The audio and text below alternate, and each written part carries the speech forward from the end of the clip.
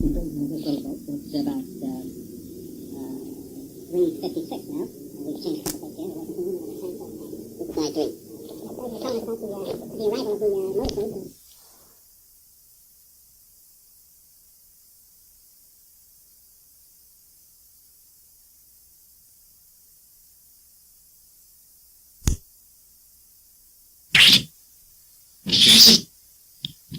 Okay, sir, as I was saying before we went on break, the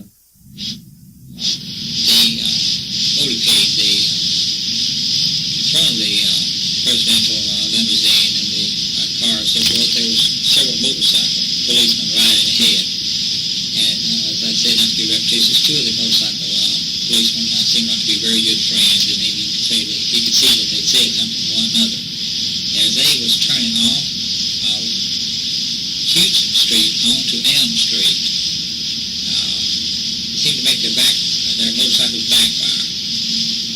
There's something kind of that added a little bit of spice, I guess, or some type of pleasure to it for them, because I guess it was something for them to ride in presidential motorcade. Maybe it's the first one they ever rode in. Might be the last one. I do not know. But they was just turning onto Elm. The motorcycles backfired, and they came on around onto Elm and was going down toward the triple underpass. Saw the president as the limousine turned off of Houston Street onto Elm, and believe it or not, I said to myself, I said, how real looking they actually look. But that statement I made of some of the pictures I'd actually seen of the president in jacket and like look and so forth, some of the other magazines that had actually did live footage coverage of some of the other motorcades in other cities, I said that the photography was just fantastic. Anyone from, say, another country could recognize, if they'd studied the pictures and knew who they were looking at. It was just fantastic. And then seeing it with my own eyes, I knew that was something I'd probably never see again. I'll be that close to another presidential motorcade because, as I said earlier, it was my first time I ever saw one. And, every day you don't have a presidential motorcade come by where you work. They was going down toward the triple underpass, and I heard what sounded like a motorcycle backfire, but it wasn't. It had a different sound. From where I was standing, there was some trees and people, so I actually couldn't see. But what actually happened on the first shot, but I knew it wasn't a motorcycle backfire because I compared the two that had just happened seconds earlier, and it didn't have the same sound. There wasn't any motorcycles close to me, so I knew it didn't. And I was thinking that how different the two sounds were. Then I heard two in succession. Then I realized as people began running and it became quite chaos, that what I had actually heard was not more motorcycle backfires, but someone was firing a weapon. And the way the people were acting, I know one of the girls that worked in one of the publisher's office came running back from the steps crying and said that they had killed the president, they had shot him. And what happened after that is now, you and I know the history, but it was all over the news that the President of the United States had been shot. All right, now, I'd like to have you continue from right there. Now, you're still standing there. You've heard these other noises. They sounded other than backfires. And now you've heard from a lady in the crowd, and probably several people right after that the president's been shot. Are you going to keep standing there on the steps? Are you still standing there with Billy Lovelady and Bill, I can't think of this other fellow's name. Bill Shelley? Do the three of you just kind of talk to one another, or do you say, what happens then? No, sir, I didn't. I said earlier that Billy and Bill Shelley had went down from the steps and on closer to the curb, actually, that ran along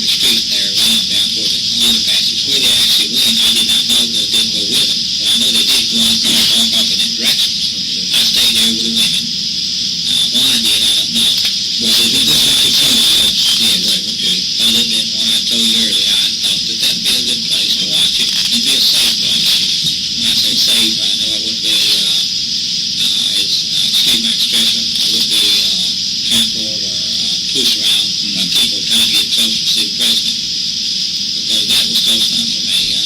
I could say, he's a person, and I respect his opinion, and it was,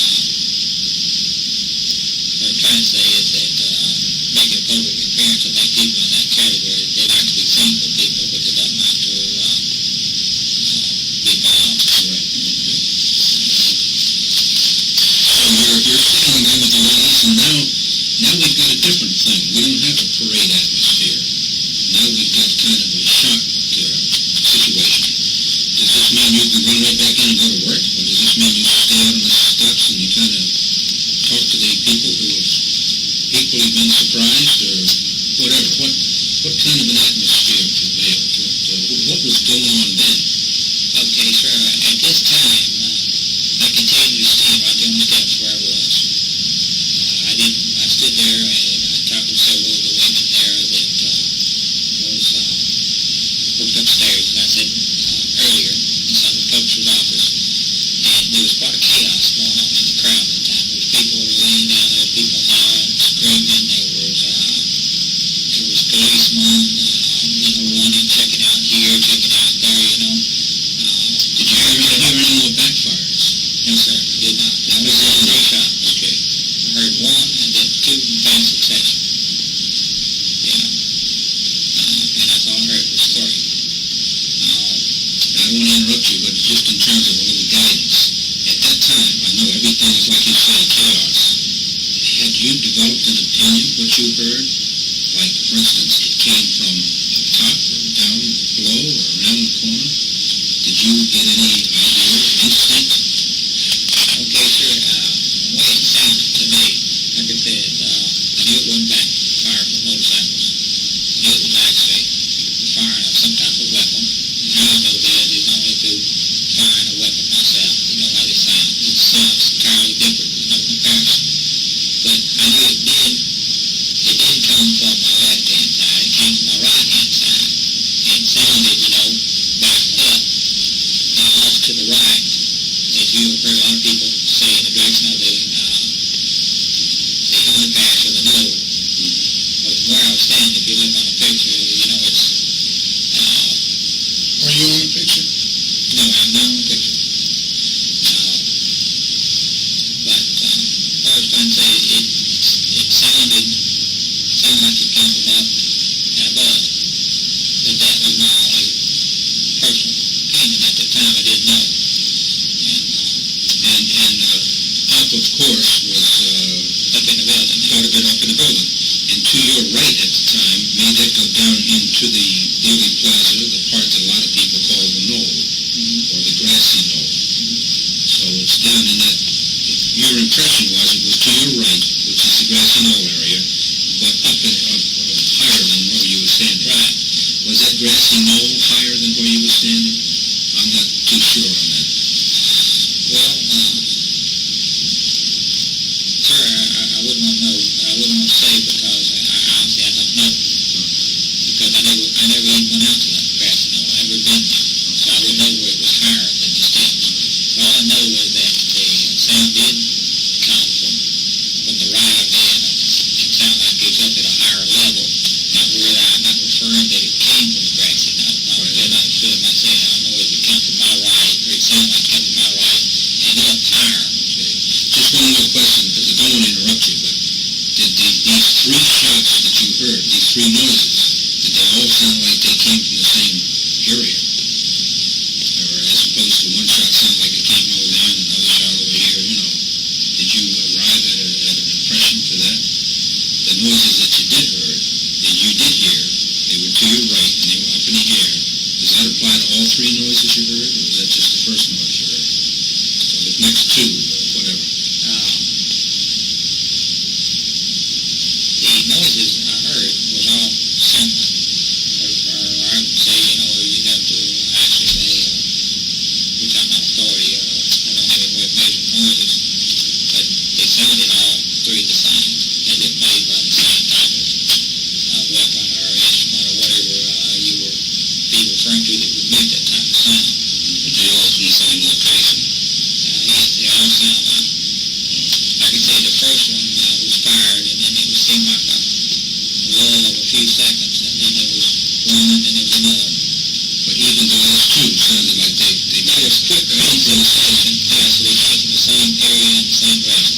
And they both had the same sound. same kind of noise from the same kind of general direction. And the only thing that was maybe significant is it was 1 and then 2, 3, like that. It wasn't 1, 2, 3. It was 1, 2, 3, like that. Okay. All right, so you got a question while we're well, no, I don't want to interrupt him, but while we're trying to get as much detail as we can out of his impression of the shots, maybe we had another question. I don't have any more questions. I'd like to have you continue. No, I understand. So, you've got the idea in your mind about these shots, and now you stayed there on the staff. I talked to some of the people, and at the time, the lady I was talking to, the Morissette lady that I referred to, which I can't remember her name, she or I, neither one went down onto the street. We stayed right up on there because we knew something was going on. And I made it I said, I think we better stay right here. And something just told me that, just stay right where you are. Don't move, don't be moving around. Because at that time, the girl had come up and told us that somebody had shot the president, yourself, just common sense. Don't be running and moving around because somebody's looking for that person. And if you're running, they might think that you're involved. So I just stood right there, and I stayed there for, I don't know how long I stayed there, but I stayed there a good while, and then, when the people began to move back into the building, they're going back up to work, go back up into the areas of work, I said to myself, and I stayed down on the bottom floor right down outside Mr. Julie and Buell Wesley's office there, and talked around, and I know they had a lot of people entering the building, plainclothesmen and, police officers, and I know Buell Wesley told us to stay all down there because I think, I'm not sure, maybe someone asked him to count for all these people. And after we all got there and he counted for us, he told us that we stay around and talk 3 minutes. Excuse me, sir. And we talked 3 minutes, and I hadn't eaten my lunch, so I was hungry. So I said, I said something, I said, well, Miss Evans, when I looked for him, I said, I want to get my lunch, I'm going to get my lunch, I'm hungry. So, like I said earlier, sometimes I eat my lunch down in the basement. Well, I went down to the basement, sat down on some cartons there, and I sat there eating my lunch. And I put it in nice and good, like I normally would have. I ate my lunch, and then I went right back on upstairs, and hung around up there, and then they finally told us, they said, well, what was going on there, and it was, as many people in there, plainclothesmen, as I said, police officers, Secret Service man and so forth in there. They finally just told us after they found it was all there. They took a count who was there and who wasn't there. And they finally, I guess, I don't know whether it was Mr. Truly or Bill Shelley's idea or whose idea it was, but they went in and told us they'd give us the rest of the day off. And so I went on down and got in my car and I went on back to Irving. But when I was going out there, I turned on the radio. And I listened to the radio, and the radio program, they were, the announcers, keep telling the boys that they were very excited and very emotional the way they was talking about the subject. They were talking about a very bad thing that happened downtown Dallas a few minutes. At a certain time when the President of the United States had been shot and he'd been taken to Parkland Hospital where he was being worked on by, doctors there. And so I went on out to my sister's house, and my stepfather and my mother was staying there, had come up to business, and my stepfather had become ill. The old man had had heart trouble, had heart attacks. So I think he had a mild heart attack, and they had to take him to the hospital.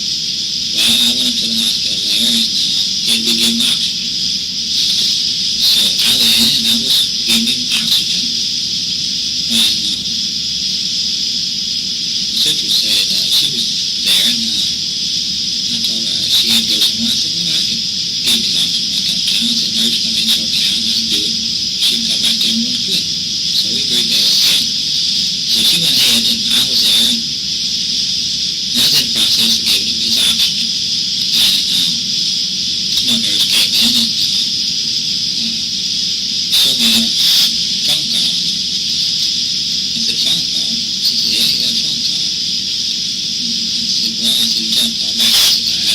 she wasn't the nurse that was over administrating her. They told me how long to use the oxygen. She was just a nurse and they stationed there. And I told her, I said, well, you go back to take a number and I'll call when I get through. I said, I can't leave you. And so she said, okay. So she asked me how long it'd be, and I told her it'd be approximately so many minutes. So I went ahead and began giving the oxygen. So that time, when it came time for it to be taken off the oxygen, they came in and so far, and I was there a few minutes. Girl come back in, she said, well, she said, people call back in. Well, when I went out the door, I didn't have a phone call. I had two detectives there waiting for me. Well, the way they acted, they scared me to death. You know yourself, if somebody grab at you and you don't know who they are, naturally your first thing to do is you're going to run try to get out of the way. We knew we passed them. I was going around down the hall, was running, and they told me to stop, or they fired.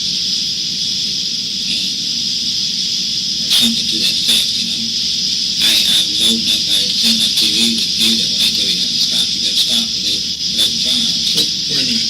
I didn't understand something. So when you came out, and I understand you started to run it? No, when I came out of the room, I always, the funny feeling I had, there was these two guys, and they grabbed at me. But I never seen these people before. So that scared me, so actually I tried to just get away from them, you know what I mean? Because I didn't know what they wanted, you know, I didn't know them, you know. So I maneuvered and got past them there, and made a right turn and turned out the exit, which was only a short piece, not this long, this way, you know what I mean? And I get pretty close to the door, and they told me to go stop. Oh. And so they came back, and they put me against the wall, and pushed me, you know, people walking by, they didn't know what was going on, you know, they're standing, staring, you know, until people go on, you know. I wish you would get a little detail about what they did. Put you up against the wall. Then they brought me back there, and then, you know, they dressed me and shake me down, you know. And after they did all that, then they found out who they were. And I told them, I said, they thought it was kind of strange that I ran, you know. Well, like I tried to tell them, I said, well, you know, what would you do if you walked out the door and somebody started grabbing at you? And I said, you know who they were. I said, wouldn't you try to get away from them? I said, especially as little as I am up against you two guys. I said, I'm going to ask for you. The one was a big fellow, the other was a real stocking fellow. And me being a young man, you know, 19 years old, I can't take on two grown men. I told them afterwards, you know, at first these two detectives, they was very leery of me, but they soon turned out later on in the evening to be two of my very best witnesses, because they actually began to do what I asked them, put themselves in my place. Let somebody be after you, and you don't know they're after you, the way they handle it. And they apologized to me for the way they handled that. But they took me down Irving to the police station, and they kept me there for a while. And they asked me some questions and so forth. And actually, you know, I really wasn't aware of what was all going on, because I knew I hadn't done anything wrong, you know. I knew what had happened that day at work, and I had came home and went to the hospital, and all this started happening to me. It was, I don't know quite how to describe it, but it sure wasn't anything that I liked. This was a hospital in Irving that you went to? Matter of fact, it was the professional center. It's located at Irving Boulevard and Pioneer. They got a big sign that says professional center, and it is a small hospital there. And that's what my stepfather was at the time, you know. So they took me down there, as I said, not to be repetitious, they took me to the Irving Police Department.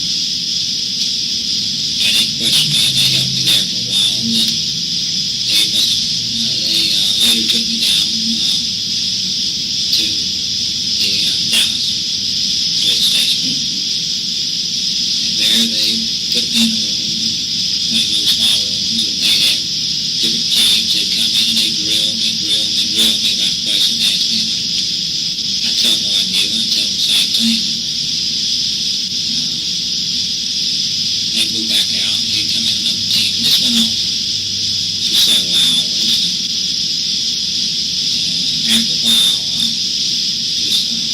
real threats to him. I would tell him today I don't respect him for the way he treated me as an individual. As I said earlier, I think the way they handled the whole investigation was wrong. They was out to make a quick conviction. They were willing to try to put this on anybody they could and try to tie somebody into this. Well, he began to kind of tell me what I had done. And I made some remark, and then I would be quiet to tell me. Well, actually, him being an older man, I guess, not much like what he thought or how he thought, but now that since I'm older, I would say that he probably thought I was a very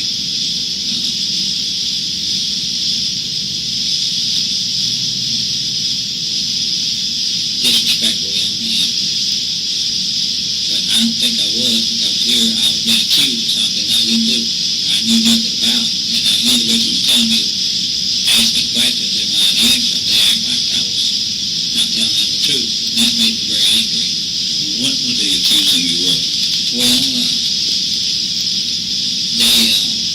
at that time, when I say they, remember the Dallas Police Department and the detectives, they knew all, but then they knew that he rode to work with me and that I worked with him, and so therefore I can understand that in a way that they thought that I might know something that would be very beneficial to me, which I'm sure they thought. But I will say this, and I will tell them directly to their face today, that the way that they treated me, I think was very, they didn't show me any respect. Because in this country, I've always been taught that you're innocent until proved guilty. And they didn't have that. They weren't using that type of policy. They were going that you was guilty to prove innocent. And my personal view on this is, I think it's more interested in whitewashing the thing and trying to close the case, trying to keep the bad publicity from them, because I know no police department would like it to be known that their procedures were so lax and their security was so lax that they let the President of the United States be hurting in their city. That's something I don't think the police department will ever live down. Now, at this time when they had you in precinct in Irving, did they tell you that they had Oswald? No, they didn't tell me that. No. When was the first time you found out that Oswald was intoxicated? I found that out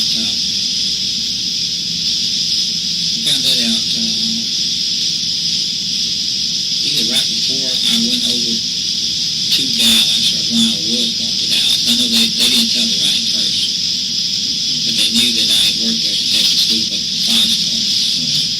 And I told them that before I left there that, I'd been cleared to go home. I didn't leave on my own, The supervisor told me to go home, so that's where I went, Now, Mr. Tully told you to go home? No, I believe it was Mr. Shelley. Shelley. But you were still standing on the stoop. After the president, did you see the president get shot?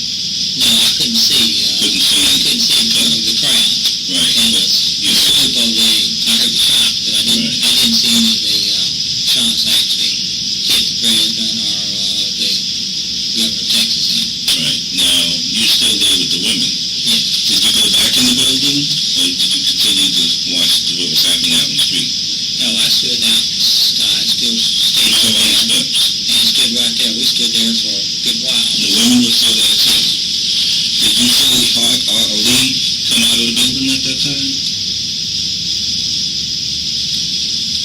No, sir, I'll be honest with you. I was telling people I didn't see him when he came out of the building. But did you know he was out of the building? No, I didn't know he was out of the building. I didn't know that Lee was, when I found out Lee was not there, was when we actually had head count. And excuse that expression, but that's when the foreman got all the people work together. We had us all out there with the fine boatman and the officer that actually see us. Because they went down and asked us our names. He had our names down, and they come down and like a list taking you off. And he was right there to verify that is the man. Right. Then the foreman said, all right, then you could go home. I that they were going to close down far as employees were concerned for the day. About what time did they send you home? When was full employees? I'm not sure the time, but I think it would be somewhere around between 1 and 1:30. I think it was around 1:30. Well, did there come a time when several of the police officers ran out of the depositories going somewhere else? Did you know? Actually, as I said earlier, after he shot and fired, those policemen running everywhere. You know, you see some go in the building, you know, and they were all out there on the little side street right in front of the building, and all over there, because they just seemed like it was everywhere. You know, you could actually see the policemen and the policemen clothes. Now, they were all plain clothes on there, too. So then they let you go, and you went home to Irving. By this time you knew that Oswald was among the missing. Yes. Did you discuss that with anybody? No, I didn't. When I came home, it was already on TV and everything. My sister knew it, you know. About Oswald? Yes, she knew that what had happened, you know, and he was helping there on the Texas School with the Oswald. And we both, you know, said it was a bad thing, you know. But then she said,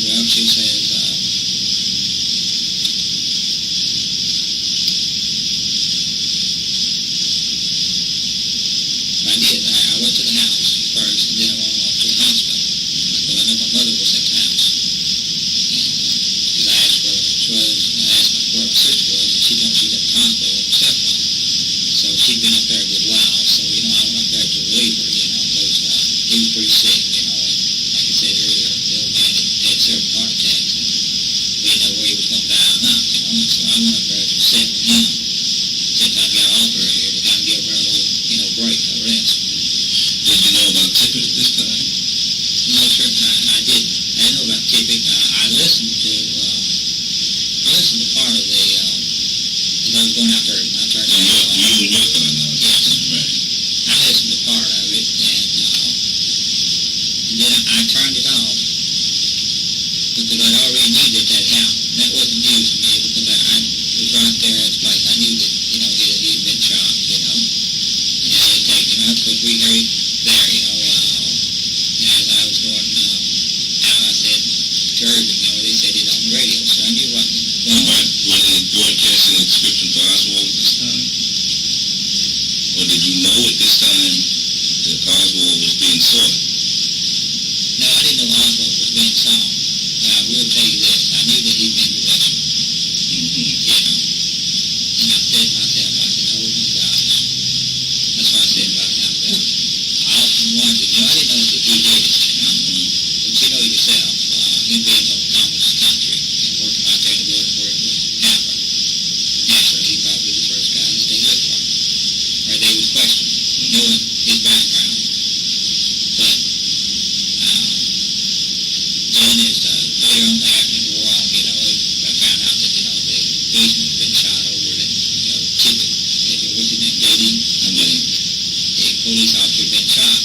But actually, I never actually knew that Lee had done it until after I'd already been taken into custody and was, Did they give you a reason for taking you into custody? The police at this time when they came to the hospital and they took you to Irving? well, when they had me in custody, they frisked me and everything. They told me, they said, I'm sure you know what has happened. And I said, yes. I said, I know the President of the United States has been shot. They said, that's all new, and you turn the TV on, turn the radio on, they're just repetitious. I said, yes. And I said, I know I worked there at the building, but I said, I told them I had permission to leave. I did so. And, but, you know, sometimes you can think things, but, you know, you don't want to say bad things out. You know, I'm the type of person, if I think something bad, I never want to accuse anybody of something until I'm sure. As I said, repetitious for home, you know, I wondered, you know, if he'd actually did it, you know, while he's back. While you're driving? Right. While you're driving, did you also think about the curtain rods? You're driving home now. You hear on the radio that Oswald's involved, missing, whatever. Did your mind go back to the No, sir, they did. When did you first think about those curtain riders? Well, actually, when I'd been taken in custody and people started asking me, and then they asked me, they said, did he have a package with him? So he's been reported that he had a package with him. I said, what did it look like? And I described the package to him. And they said, well, what was in it? And I said, well, I don't know. And they kept asking me what was in the package. What's in the package? I said, all I know is what he told me, curtain riders. When you went home, did you see Maria or any of them? Marina? No, sir, I didn't see any of those. Like I said, when I went on to the house, I went on, backed my car up there by the carport. Having trouble driving home? No, Nobody stopped you? no, sir, nobody stopped me. Did you see anybody being stopped anywhere? No, sir. The police weren't checking cars along the way or whatever? I went right off the freeway just like the, like the limousine, or whatever vehicle they took him into the Parkland Hospital. So I went right out the airport. I didn't have any problem going out the freeway. I went right on out the freeway. Did you have any problem when you got near your house? No, sir, I didn't. You didn't have any problem, period? No, the first problem I had was when we got to the hospital. That's when the two detectives, because what they did, they went to my sister's house first. Because my mother, they come in and asked her. My mother said, well, he went up to the hospital to believe his sister was there, sitting with her husband, and so forth. Now, we're talking about, even though your sister doesn't live right across the street from Mrs. Payne's house where Oswald had spent some time on weekends, we're talking about the house at the corner. Now, is it the kind of a corner that you're across the street from her so you can look down the street and see the Payne house, or are you on the same side of the street on the corner? We're on the same side of the street. On that corner. On the corner. Are you on the corner where I'd have to cross the street to walk in front of Mrs. Payne's house if I walked out of your house? Or are you on the corner that if I walked out of your house, I wouldn't have to cross the street, I'd just walk down the block maybe about halfway? No, my sister was living at home that she would have to cross a street. Right. And then walk halfway down the block. Right, then walk on down the sidewalk. Okay, I got you. So you're living on the other side of another street, but you're on the corner. So you're as close to living in that block as you can get, but you're just on the other side of the street, whatever. Right, now we're at side street there, it comes in between us. Okay, I got you. You got any more questions, man?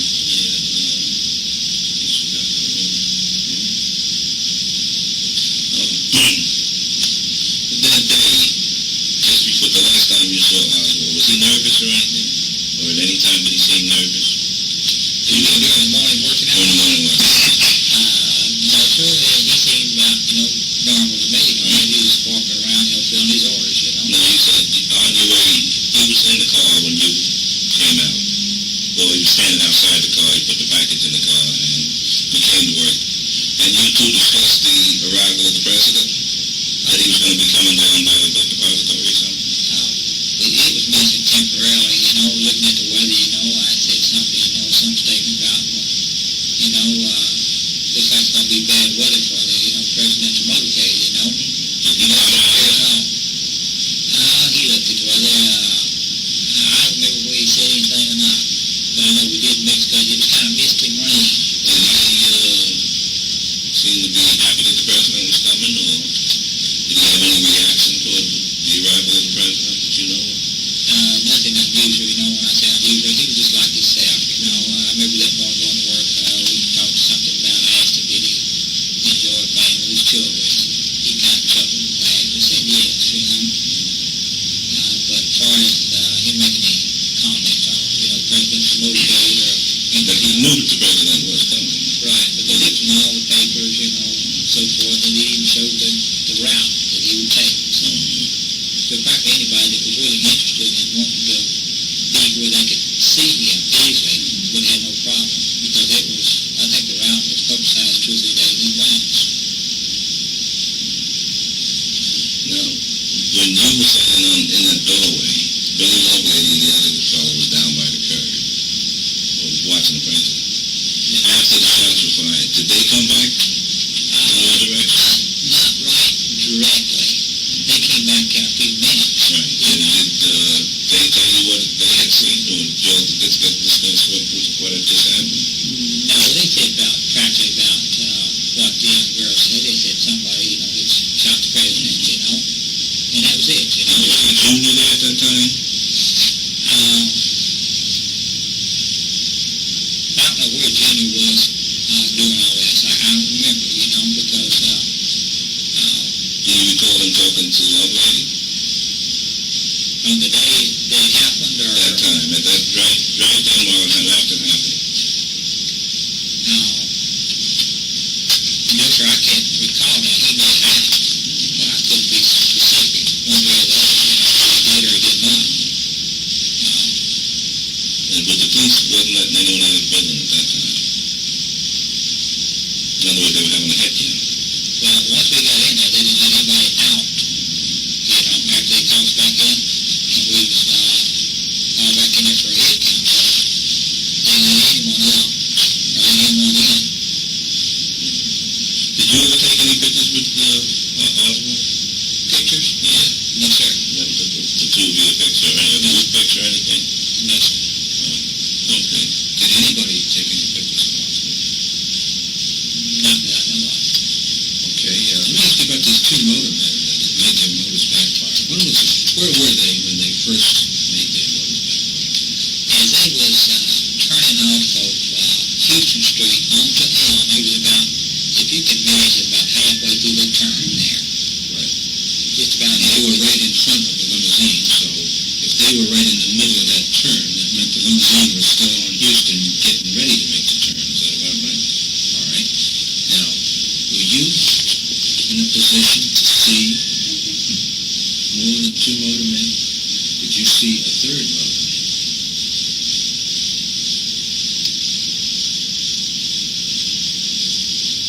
To be honest with you, I don't remember how many motorcycle policemen I had with me that day. Well, let me see if I can kind of, what I'm getting at is, did you see one of the motormen, no matter, I don't know how many they had either, to tell you the truth, but one of the motormen didn't make the turn down Main Street, come over here on Houston, and everybody getting ready to turn down on Elm, except one fellow. One fellow goes straight, right down beside the side of the hospital. In other words, he stayed on Houston. He didn't join I understand what you're saying. Okay. No, sir, I didn't see that. Now, I won't say he did or he did not. Now, you keep still talking about you're standing there, you're out there to see a parade, so you're looking. Did you see somebody say a little commotion, like maybe some woman or somebody fainted, and they had to call an ambulance?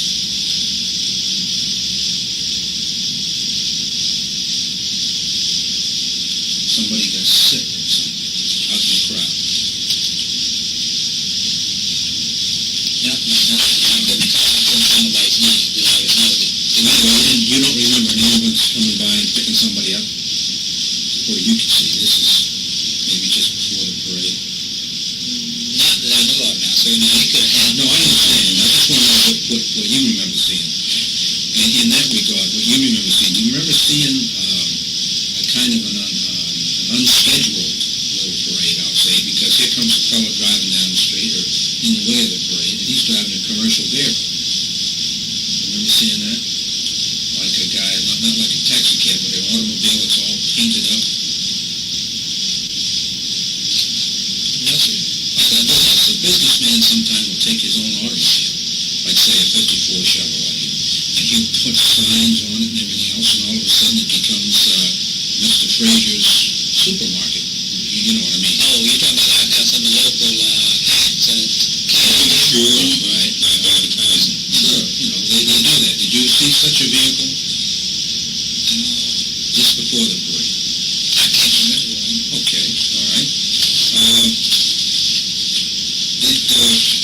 Before you lived with your sister out on 5th Street and whatever the other street was, but out in, what do you call it, that's Irving.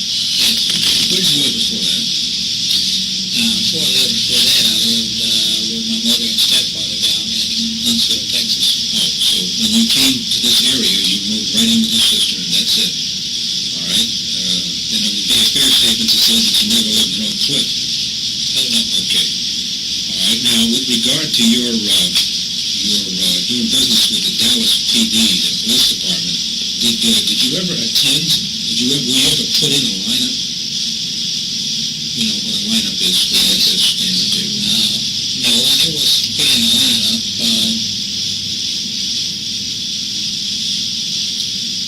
I did say earlier that, that they fingerprint me and, they got my photo there from, like a notebook. But the local preacher where I went to church, I think he helped me out a lot because he talked to, some of the people there. And the two policemen that actually originally came out and picked me up, plus the man that administered me the polygraph test.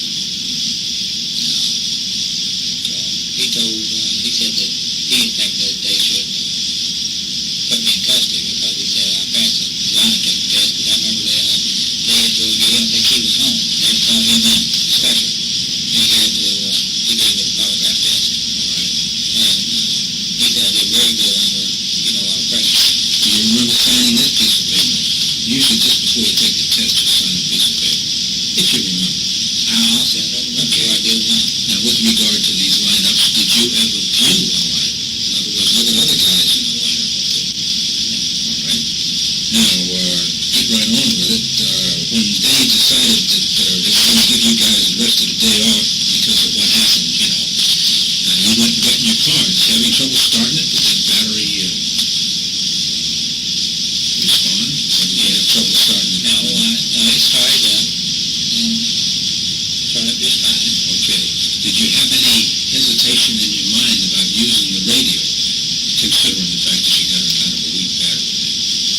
Well, I didn't turn the radio right on first. I didn't go right and got out on the freeway.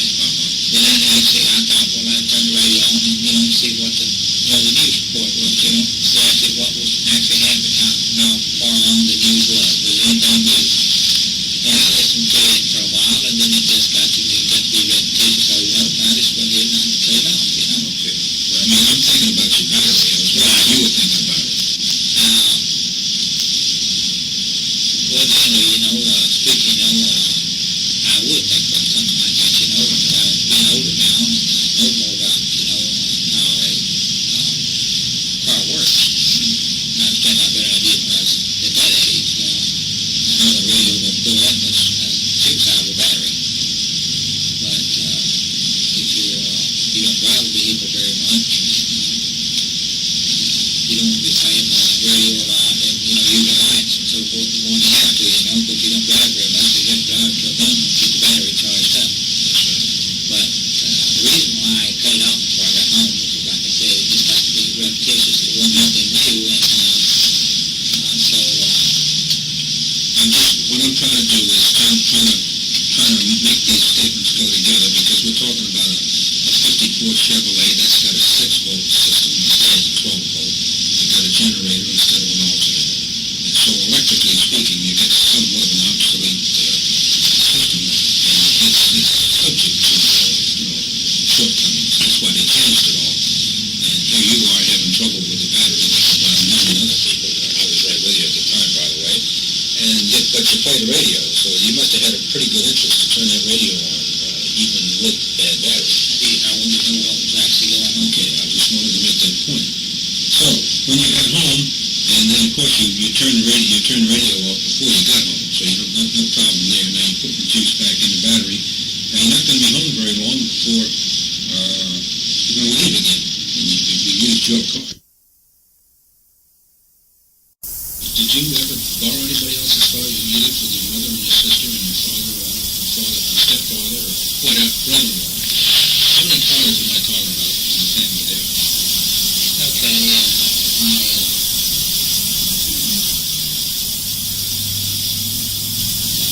my father-in-law, he had a car, but it was at my mother's and his house. They didn't bring it with No, them? they didn't bring that. What kind of car was it, if you know? His last little car was a Tundra. What color? It was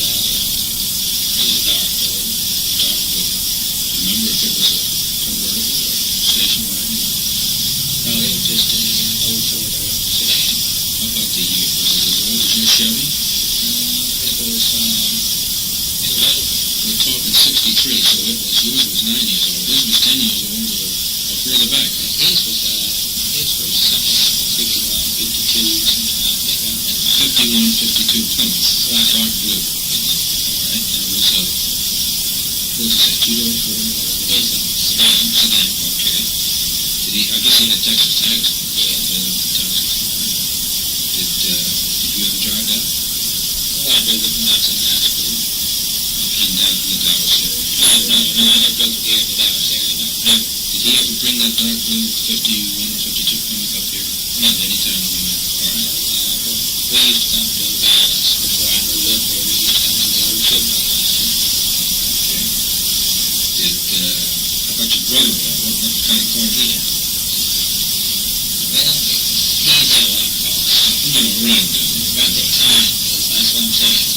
He had a lot of cars. They used to trade cars for red. I get different cars for red, black, and I think he had open. I think it was a 60 mile open. Could be wrong. Another had a 65 mile Chevrolet.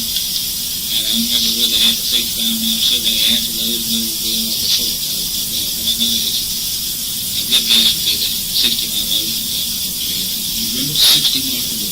What car was it? A sedan or? Yeah, it was a sedan. Remember the car? It was kind of a gold sprang. So we're talking about the Plymouth, and we're talking about the Oldsmobile. We're talking about Chevrolet, 60 Oldsmobile wagon, a 65. No, wagon. I'm sorry, sedan. And you had a sedan, a 54 Chevrolet, and the Plymouth was a sedan, about 51 or 52. Your car was black, the Oldsmobile sedan was kind of a colorish brown. It was a two-tone. It was a two-tone. It had a red color and a kind of like off-white or beige with it, you know. The Plymouth was all one color, dark blue. All right. Now, anybody ever, while you had your car, or while they had theirs right in this time frame, did anybody ever get their car repainted? No. Okay. Now, did you have access to other cars? Did you borrow your neighbor's cars? You had to? No. Somebody borrow your cars? Or No. your car? You didn't own the car and then borrow it? All right.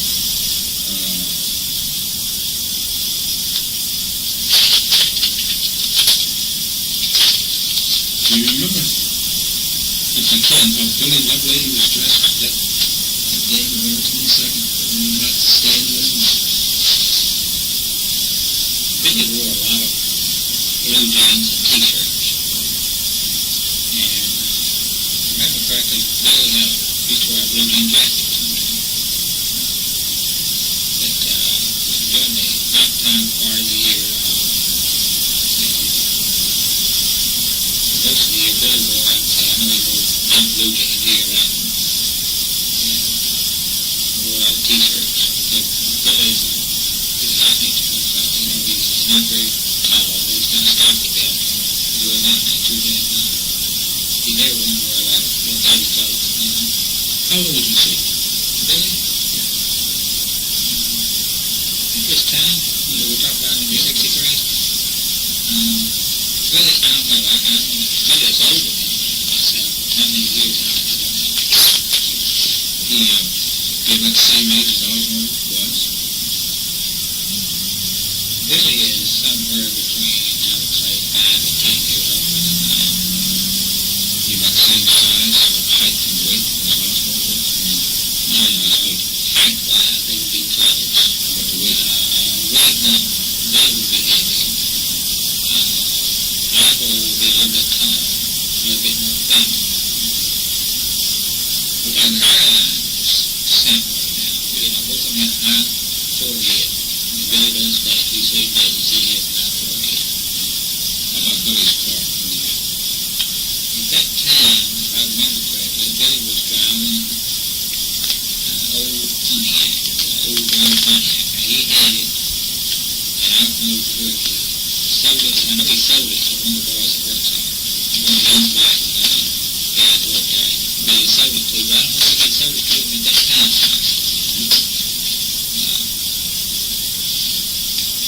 Okay, that's fine. How Yeah, I have quite a few questions. I think we don't want to take it. First of all, let me ask you this. At the time you were working at the gun store, did you have a mustache? Yes, sir. Have you ever been told that you look a lot like Lee Harvey Oswald? No. I just observed that in my city. Now, I'm a little interested in your questioning down at the police station. Okay. You were telling me, and you made it plain to us, that you were a little uptight about the way Captain Fritz and some of the other officers treated you that day. And you said you went into a discussion about they wanted to whitewash the thing. Did anybody try to put any words in your mouth?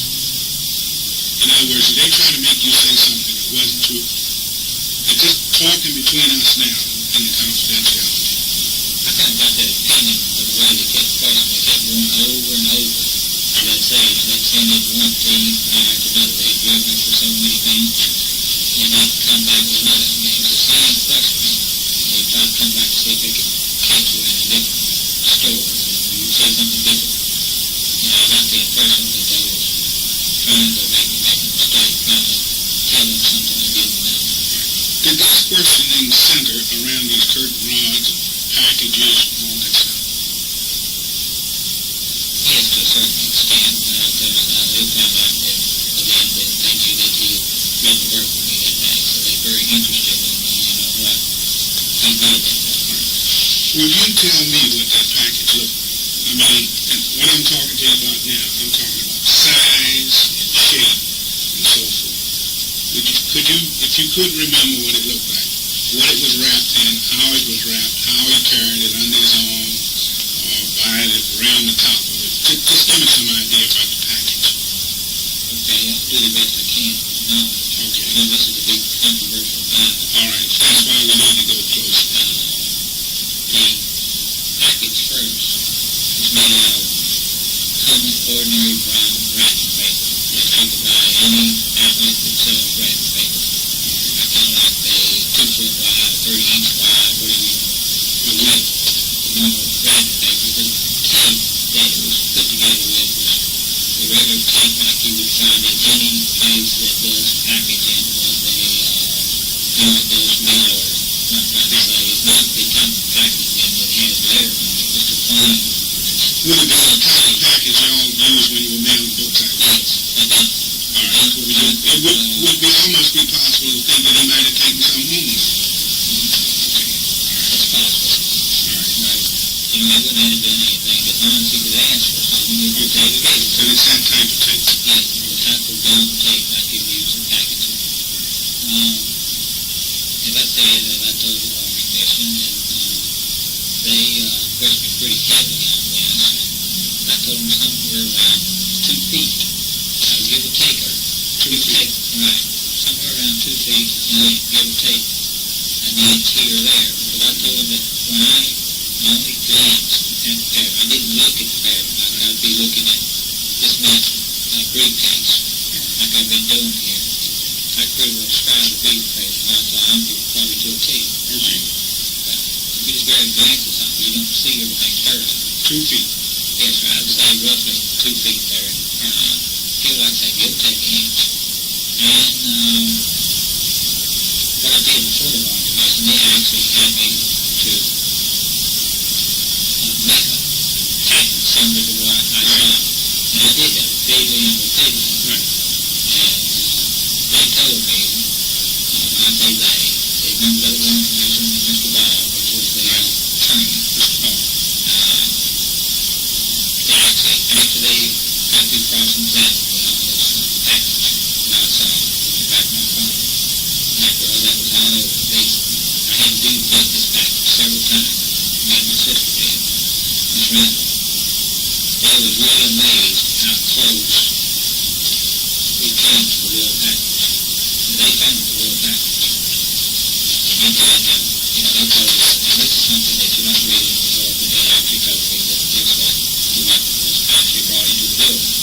Or Mr. Oliver brought into the building, or Lee, whichever brother brought into it, I don't know. I know that one he told me had prick in it.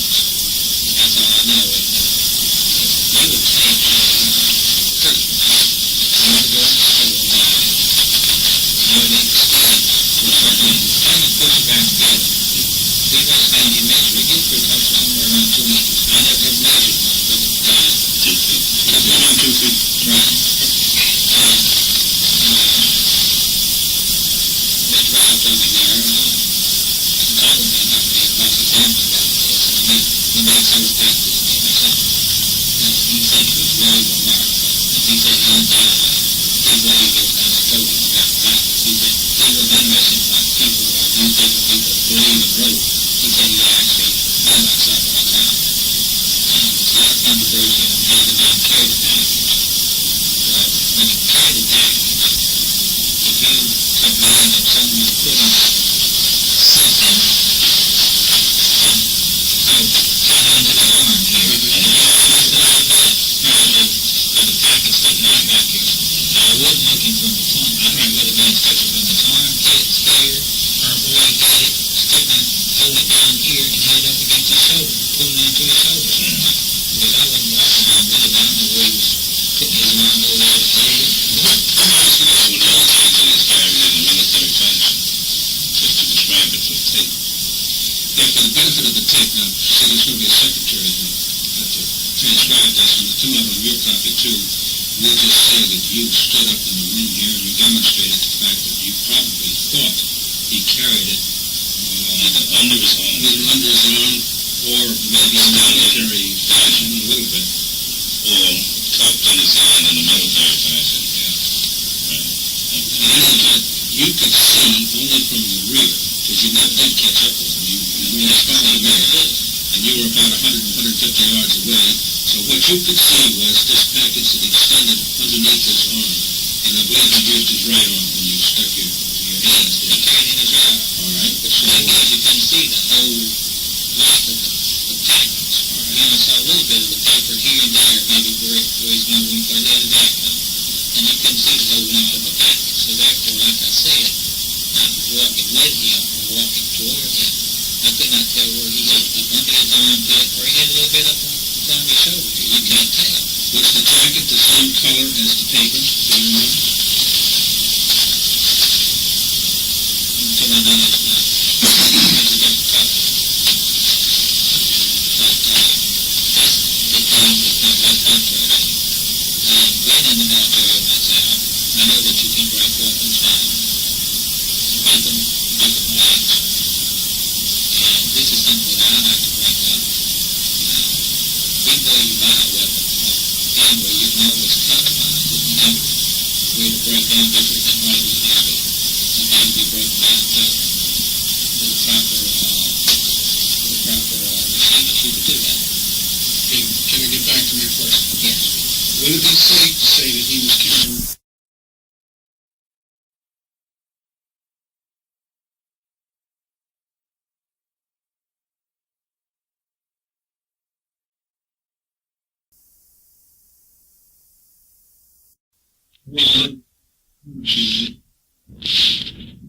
Mine is on. Okay, it's now 5 p.m. We've taken a break, at which time we've also It's on 4. Okay, now. Would it be safe to say, as I was asking you before, that he was carrying a package under his arm? I know he had it tucked in his right hand. Okay. Now, how he had it under his arm, I couldn't see from this one. I could not see from the front to see. Okay. Did you ever come a time when you actually saw the rifle that he used? Have you ever seen that rifle? No, sir, I never have today. I never have seen it. All right, that's all. What time did you get over to the hospital? I really don't know, sir. Like I said earlier, I went home and I was there for a short time, then I went on up to the hospital. Exactly what time, I couldn't be specific. You knew the president had been shot. Yes, sir. Did you know Officer Tippett had been shot?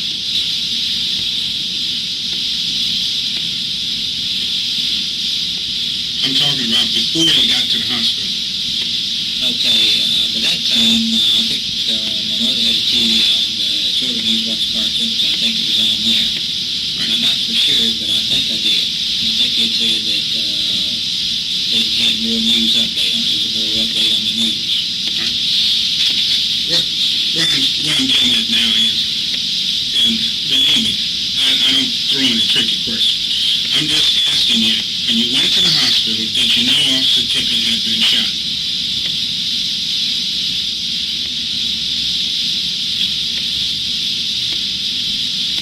I think I had some newscasts, but I'm not sure. Okay. When you went to the hospital, did you know they were looking for Oswald? Or did you know Oswald was arrested? No, sir. I didn't know they had arrested Oswald, but I knew that they were, since I've been on the news about them being in, they was on the lookout for a man, or they would have somebody in the, what was it, Texas Theater, I believe it was, that they had somebody phoned in the Texas Theater. Now, I did not know at that time that was Leon. Okay. So, that's pretty close, because the Tippett shooting happened, and then pretty close after the Tippett shooting, Oswald was arrested. But what you're saying, in effect, is that between the time that Tippett was shot, that you just about left home around the time they were making the arrest at the Texas Theater. Yes, I didn't You know. went to the hospital. Right. Got no more news, and then until you ran into these two detectives in the hall and grabbed you. Yes. And then they, from talking to them, they cross-examined me there, asked me some questions, and they helped me, and then they actually, later on, they got called, they called downtown Dallas, and they said, bring me in. All right. Did you know where Oswald lived over in Oak Cliff? No, sir. Did he tell you where he lived? No, sir, I did not. Did you know he lived in Oak Cliff? He told me, an apartment over in Oak Cliff, but that's all. But you didn't know he lived on Becker? No, I did not know where. Okay. Then, the two detectives that came up to the hospital and got you, actually they took you into custody. Were they from the Dallas police? Or what, from out here in Irving? Or were they FBI agents or Secret Service agents? Do you know what organization they belong to? To the best of my knowledge, they belong to Dallas. Now, I remember their names. Their names was Detective Rose and Detective Stovall. Good. Thank you very much. I was getting ready to ask you. Now, when you got downtown to the Dallas Police headquarters, they put you in a room. Do you remember any of the people that interrogated you other than Captain Fritz and the man who gave you the polygraph test? Do you remember any of the other testers? Did Stover and Rose interrogate you down there too? Yes, they did go in there again because, they took their turns. I guess they had so many teams that was available there. They came in and they cross-examined me and questioned me. And they began to believe after I got downtown Dallas, that I was actually telling them the truth. I didn't know anything to tell them. I'm going to ask you a question that, if it happened, may have been embarrassing to you. And I'm not asking it to draw out any embarrassment, but I really want to know the true meaning. Were you brutally treated? Did they hit you or anything? Did you receive any brutality, is what I'm asking. No, sir. They never did hit me, but I actually think it came very close. Okay, well, we'll leave it there. I won't go any further into that. And incidentally, when I'm talking and questioning you, I'm not asking you anything to embarrass you or anything. I'm trying to get at the truth. That's all I'm trying to do. I asked you about were you brutally treated or anything. You made an indication that you and your sister made a package for Mr. Ball up in Washington, D.C. Did she testify also? If you weren't? Yes. All right, now she testified to seeing him come down the street with the package. Yes. And the two of you made a replica of what you thought the size of the package were. You were separated when you did that. I mean, she wasn't standing there and helped you make the package. Or did she make a package and you make a separate package and the two of the packages came together? Or did the two of you make one package together a number of times? Okay, here's what we did was that they cross-examined her there for a warrant commission. She testified then. And they asked her what package looked like, and she told them to the best of her ability. Well, I told them what I thought. And so, some way, she and I both had the same diagnosis of what we saw in the package. And so we kept asking that, we kept coming to St. Louis for it. So they said, well, we gave you the material, could you make one? Exactly what you saw. Together, she and I made it. But we never discussed it openly until before we did it. Because they asked us that. They said they was going to ask us some questions. Before they ever started asking, they said, we're going to ask you some questions. They said, now when you get together, they said, don't you talk about anything. They said it's going to be very important. And I can see why it was, because that's what it was about. If I remember now, you've already said that they measured the finished product and it was within an inch, or what did you say? He didn't actually tell us how close it was, but he said it was very, very close to what we actually say earlier. So it was very close to 2 feet, is that what you? Mm-hmm. Okay. That's right. Now, But they measured the actual, as I said before, they found it, where we've been here, and the one that we made, they said it was very close. Now, how close it was, I don't know.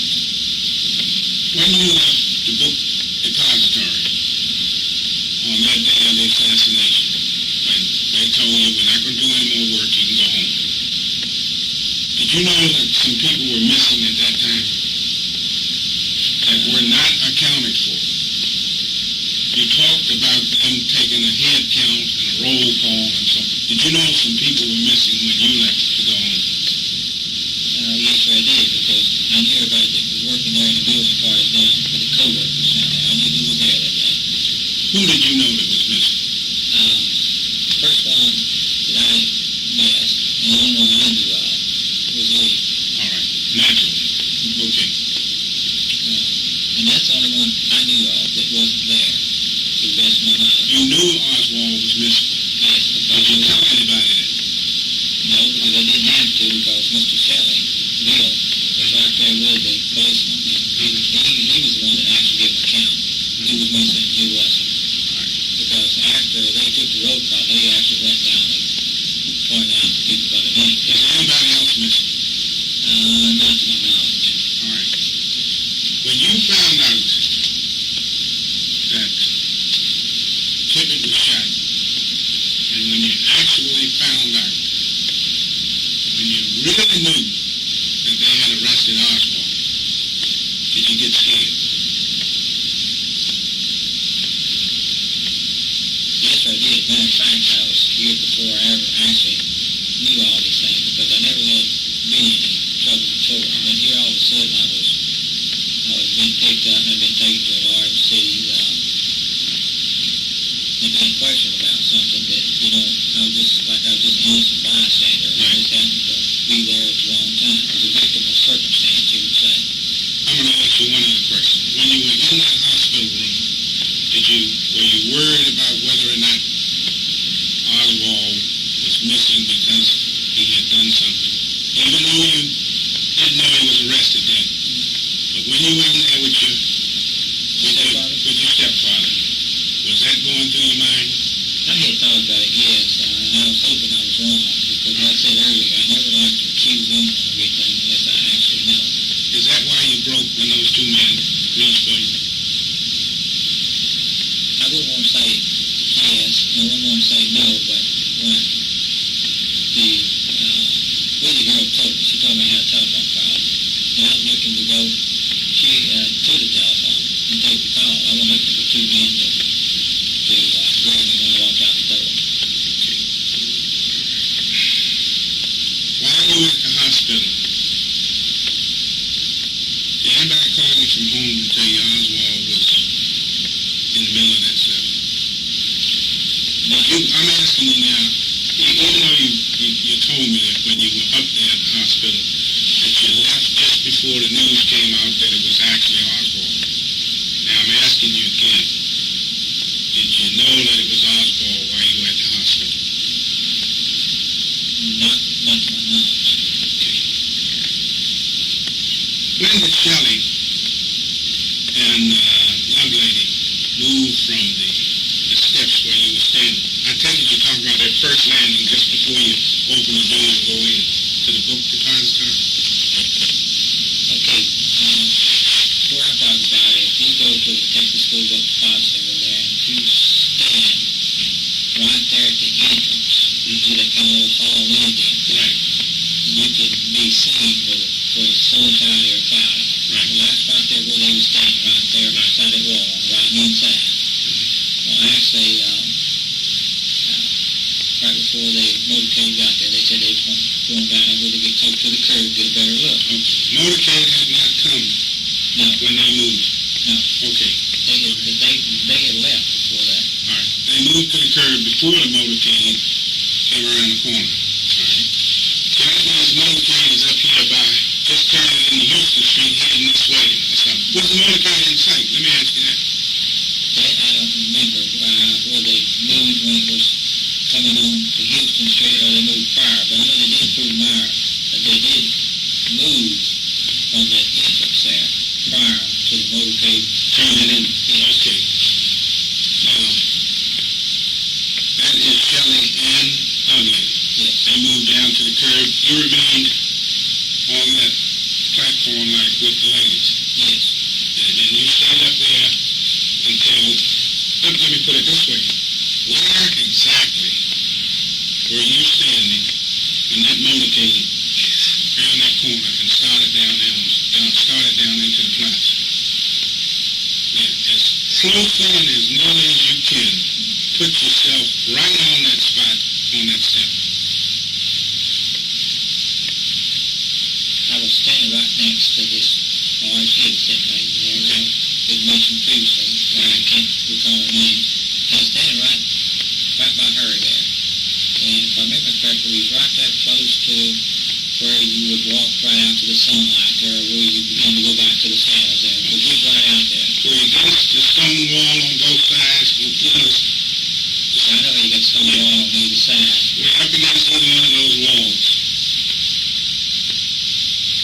I was close to the left side. That would be close to Houston Street. Straight. Okay. I think that's good enough for me now. And you stood there even when the motorcade made the turn, and you were there after the shots were over. Yes. Have you ever seen the picture that was in some of these books critics have written and so forth, of Lovelady supposedly sticking his head around the corner of the wall? I have seen. Are you familiar with the picture I'm talking about? I think I'm familiar with a picture that has been very widely publicized by a man standing on the right-hand side up against the wall because he had the high forehead with a big white T-shirt on. Is that the... That's the picture I'm talking about. And you know Billy Lovelady. You know the situation. You were there that day. Do you believe that picture was Billy Lovelady?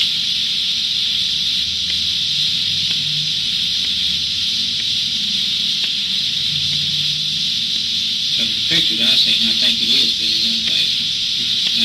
Now, here's a good point to make. When was that picture taken?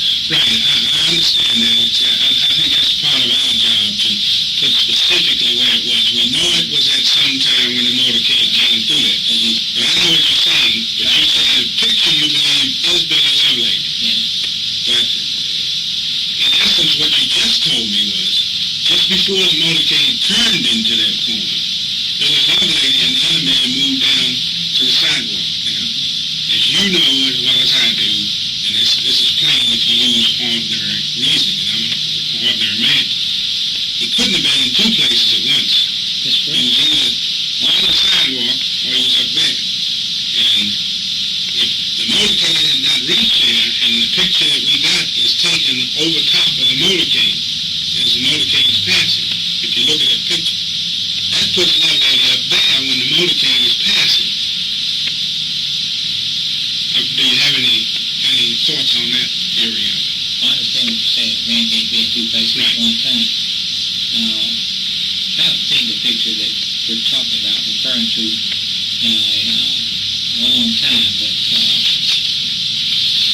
I think something to be interested to look at was to get a very good photo of that and blow it up, because one could be standing very close to him but be yet in the shadows and would not be picked up. Right. And I know him, and when I say him, I'm referring to Billy Lovelady.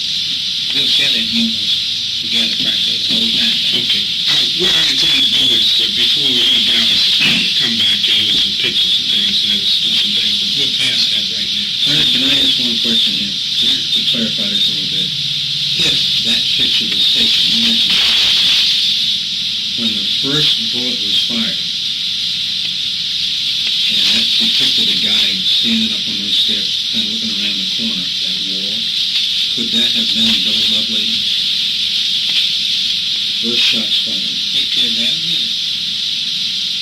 I thought he stepped in. Like you said, even Bill said that they was going to go down closer to the curb. But when?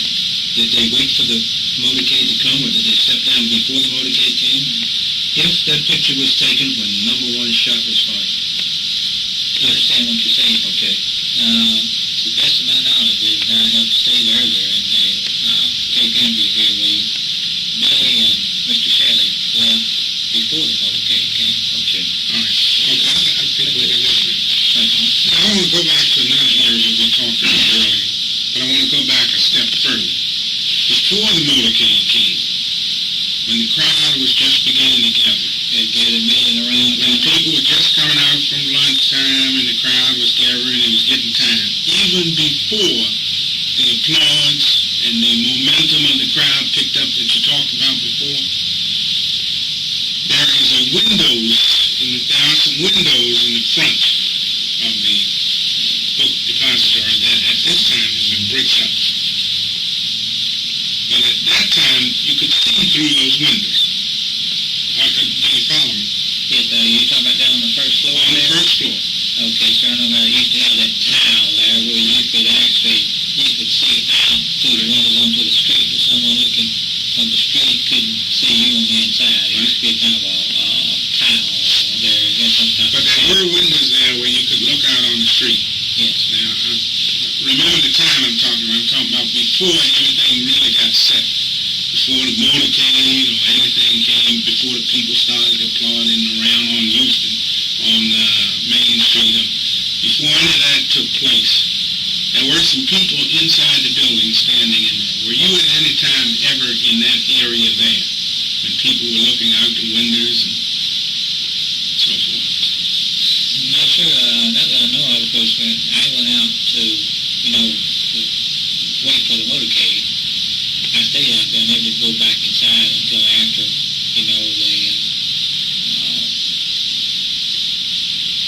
the shots had been fired, and stayed out there, talked for a few minutes, and milled around, then everybody started back into work. You don't remember talking to anybody like Jarman or Lovelady or anything inside the building? Not to my knowledge, I don't. All right, how long had it been at that time since you'd seen it? From before you moved out on the front, how long had it been since you'd actually seen Oswald in the building? Was it early in the morning? Was it 10 minutes before? Half an hour before? To the best of my knowledge, I see a short time before lunch. Well, that's, in essence, what you're saying, a short time before you went outside, because you went outside for lunch. Is that right? I went outside there because I hadn't eaten my lunch. All right, tell me exactly where you were when you saw him.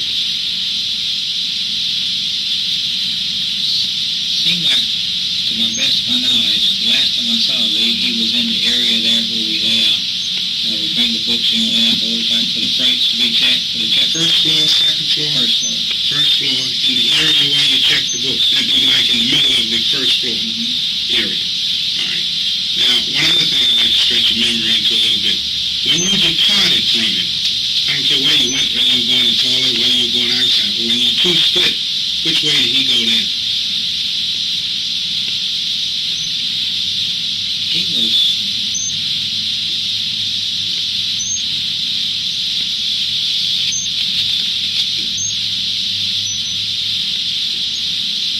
He was on the first floor. He was going in the opposite direction where I was. Last time I said I saw him was shortly before lunch, because I was working on an order. Because it had to come lunchtime, and I was walking around down my floor. All right.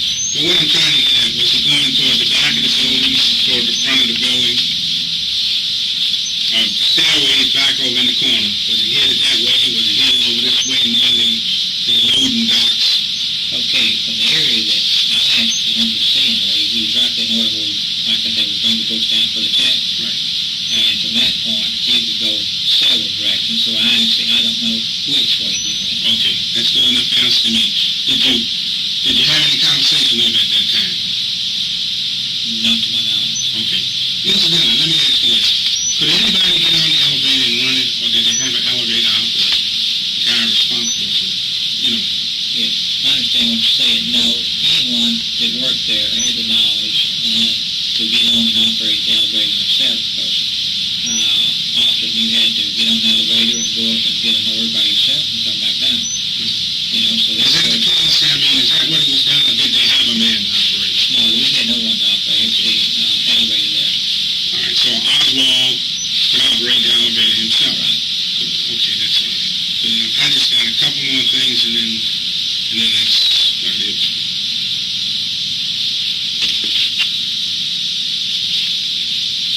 When you went to work that day, can you remember what you wore to work?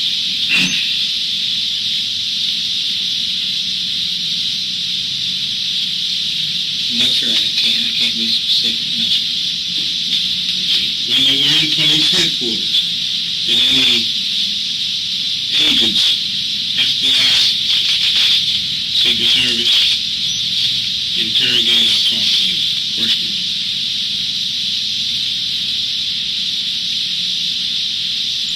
Earlier, tape interview here, I was questioned by several people. Now, I can't remember all the organizations that they represented, so honestly, I don't know. I know I was questioned by several teams. The only way I can remember how the people that questioned me was, as I mentioned, Detective Stovall, Detective Rose, and then Captain Fritz came in, because he seemed to be very disgusted that I kept coming with the same story. That's sort of odd. I sort of pictured Captain Fritz as a kind of quiet, gentle type fellow. Didn't picture him as being, a hard, come down type thing. Actually, I wouldn't want to describe Captain Fritz because I really don't know the man. I would probably I can kind of understand the man down in the predicament he was. His personality and everything might be just opposite the way he was.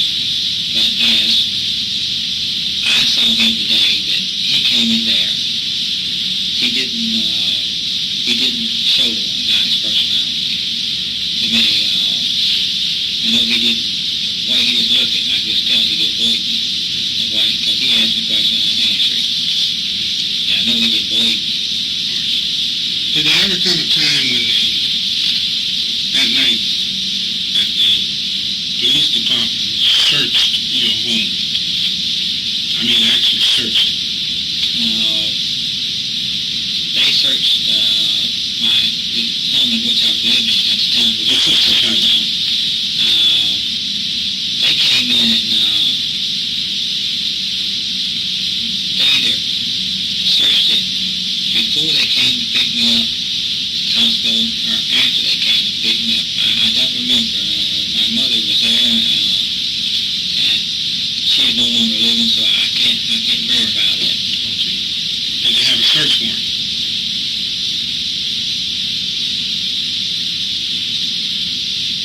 That, I don't know. Right. Now, let me stretch your mind a little bit, going back, talking to your sister and your mother at that time. And I'm talking about after you've been taken downtown. And incidentally, did you ask for an attorney then? Well, when I got into that much of the aspect of the game, I don't mean to refer this as a game. Let me make that clear. At the time that I had been taken down to the Dallas for question down there, I said earlier I had the minister with me and my sister went down with me. I did not have an attorney with me at that time, no.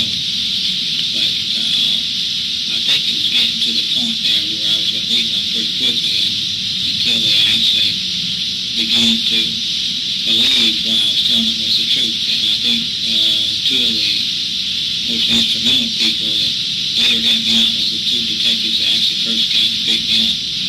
So in essence, what you're saying is that you felt that it never got to the point for you to ask for an attorney. You didn't ask for one. I didn't ask for one because I'll tell you one, I knew that I wasn't guilty of anything. I hadn't done anything wrong. Right. But another thing, after you got finished at the police station, they let you go. And you, one other thing is, I don't want to pass it because I might forget it. That's why I want to ask you. You said that the minister and your sister went with you. Did they go with you? They picked you up over in the hospital. Was your sister with them when they picked you up, or did they bring you back home and then take you down? No, she came, her and the minister came down to the Irving. Okay. Now, they took you to Irving. They didn't take you directly to Dallas. No. They just told them that they have you out there in Irving. Right. And they questioned me out there, and then someone in Dallas told them to bring me over to Dallas. Okay, and your sister and the minister was out there. When you went down to Dallas, did they ride in the car with you, or did they come down separately and you go with two policemen? Did they isolate you and your sister and the minister? Take you by yourself, and then they come down later? To the best of my memory, now, I could be wrong, but I believe my sister and minister went with me. All right. Okay, let's stay with that. But after you got away from the station down there that night, and they said, okay, you can go home. Now, the normal thing, as I feel, to go home would be, first of all, when I walk in the house, my mother and my sister and my brother and whoever else was asking, what the hell is going on? And there must have been a conversation about what happened, and so forth and so on. What did they feel about the police coming in there and searching your house without a search warrant, without telling them anything? There must have been some conversation. What did they tell them when they came there? Well, I don't know the exact words, but I know my mother didn't like the two detectives. Okay. Did they turn up the house? No, they didn't literally, go around and throw things at the floor or anything like that, but they did, search the house very thoroughly. Okay. But they were mainly interested in what type of firearms was there. Did they take it? Yes, they did. They took the old British 303 I had, and I think I also had a double-barrel 16-gauge shotgun. Did they return those? Yeah, they returned everything. Any handgun? I never bought, I own a handgun now, but I didn't at that time. And my brother and sister, they never have a own firearm. They've always borrowed something from me. I usually, even today, they have the old 303 and that double-barrel shotgun I just made reference to. They keep that down at home because I have several firearms in my home. But did your mother and them tell you what they said when they came there? Actually, she did make some references to that, Mr. Day. I don't exactly remember everything, so I don't want to make any certain quotations. Okay. All right. But I can say this, as I said, not to be repetitious. She was very displeased with the way they acted. Did anybody say they tried to get you at the hospital? Tried to call you at the hospital?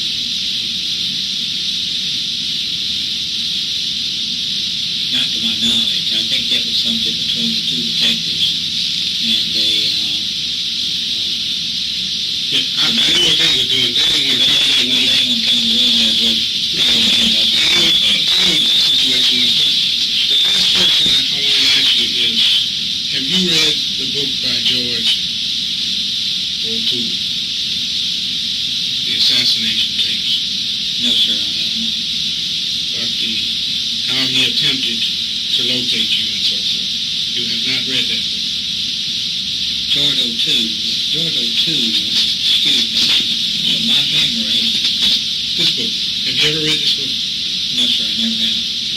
I would suggest you read it. Are you aware that you're in it? Yes, sir. I would like to talk to you about some things, sometime, You mean off the tape? Yes, sir, I will. The tape is not. Let's finish up with this one first. The tape is not. Yeah, he ran out of tape. He did. I haven't run out of tape. The tape is half full.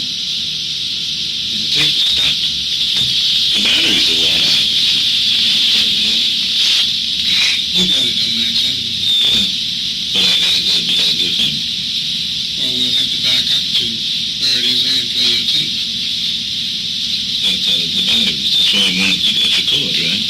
That's why I hooked this. Oh, I thought that's the only cord we had. No, that's a cord.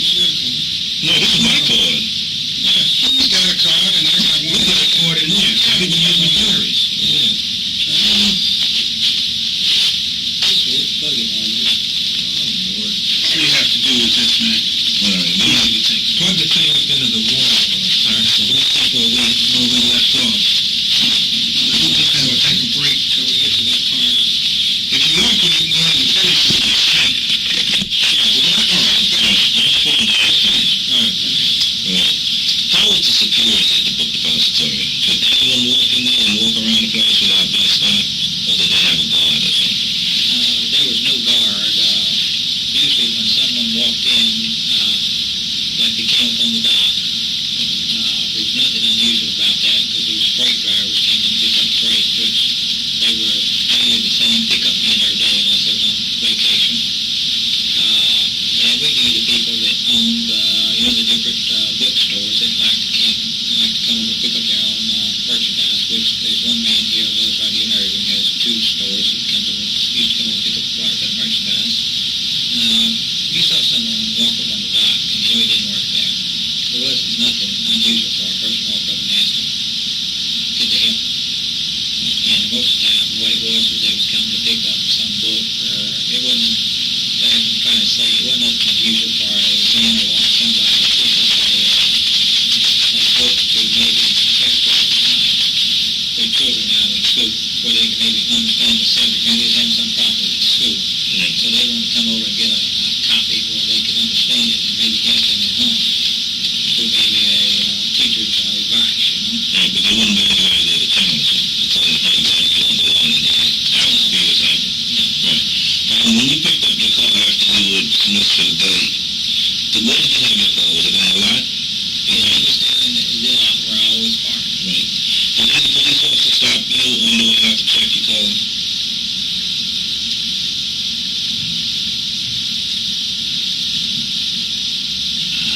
Not that I remember. They were checking cars there. The people going home.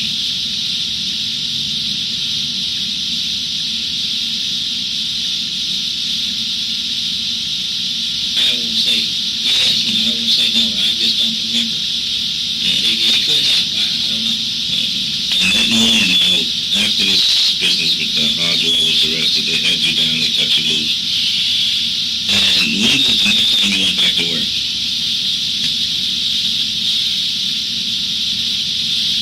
You mean the next day? The next time, well, this was Friday. Okay. Did you go back Saturday or Sunday? Best of my knowledge, I didn't go back until on Monday. Right. Now Monday, by this time, he had been killed. Yeah. Everybody saw that on national. Everybody, you saw that, everybody saw that, or they saw the repeat of it anyway, right? Everyone was there, and everybody came back to work that Monday. And they must have talked about Ruby shooting Oswald. That must have been the talk of the place. Well, I think what, I'm sure there was some talk about it. What was, I think, was unusual was that people just couldn't believe that somebody that worked right there moments to do something like that, you know? Right. I think it really shocked them. You know, they didn't know that he was that type of person, you know? As I said earlier, you know, some of the guys, like the keys, and, he wasn't that type of outgoing personality, but he was a nice man to me, Lee was, because he never did anything to offend me. But I think some of them were really shocked that a guy like that could do something like that. Right. Did you go up on the 6th floor and look over that area? Or did anyone go up there? Or did you discuss the fact that Oswald probably was up there on that floor at that time? You're not sure places, man. You mean this on Monday? This is on Monday, right? I don't think anything was so spectacular about going up there because everybody pulled orders. Went up there sooner or later. No, but everybody pulled orders, but now this is a famous spot. This is the spot where supposedly the individual that worked in the book depository they got the president from. And the pure people being curious, and they said he had a perch up there supposedly. probably just to see if they could see how he shot the president. Okay, for a certain time that they had that area sealed off. Oh, it was still sealed off that Monday. Yes, it was sealed off because they were still doing the investigation on that. And I know that Bill Shelley told me that I often went up on the 6th floor to, just like any other order fella to get that, and he told me that if you went up to pull an order, he said over they got a certain area rope marked off. He said, you don't take anything out of that area. He said, don't get into there, stay out of it. And so we did so. So, after they got through investigating, I'm sure everybody, actually went over and looked out the window, nothing uncommon, to look out the window, but actually to look out. Yeah, there's lots of people, I'm sure, do look out the window. But for me, working up at home before the other day, it wasn't so spectacular to me because a lot of times the windows was raised, to give a cooling effect on the old building because it was very hot. And especially the sun months. It was hot and the sun months were very cold in the winter. And so it wasn't nothing, where I would go down in the morning and open up the windows, and you could be looking out the window, you open up the window. So there's nothing unusual about that.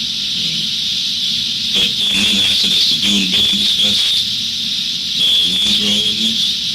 Oh, we talked about it, on and off, but I think it was just like,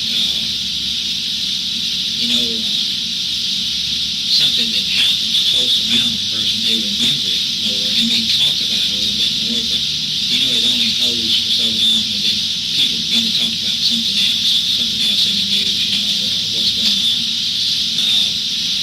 I'm sure everybody that worked there at that time, talked to one another about it, but to what extent, I don't know.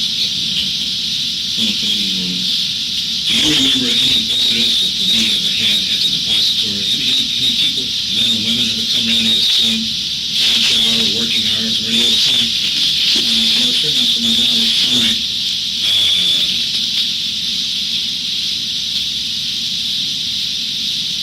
Do you remember a guy that you used to work with whose name began with a G, like Green or Gibbons or something like that? Does that name sound at all familiar or anything close to that? Hey, Gibbons?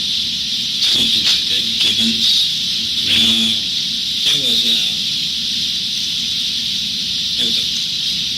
large, he wasn't that large, he was large in a way, but he was tall. There was a tall black man that worked there. His first name was Charles, but I don't remember his last name. He pulled over there, and there's, like I say, there's several faces that I can remember. All right. Well, let me tell you what I'm driving at. He might have been missing from the depository, too. In other words, there wasn't one guy missing. When they had a head count, there were two guys missing. Does that ring any bells with you?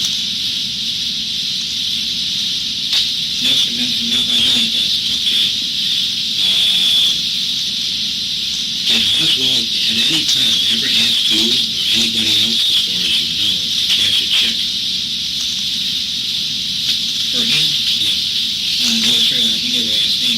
Did he ever ask you or anybody else, as far as you know, to borrow any money? Not to my knowledge. Did you get the impression with regard to his money?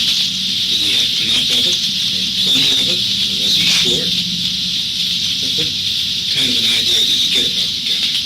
Well, the way he dressed and the way he acted, he appeared to be just a common laborer, but that he didn't make a lot of money because if you check the salary back then that we worked for, we didn't make a lot of money.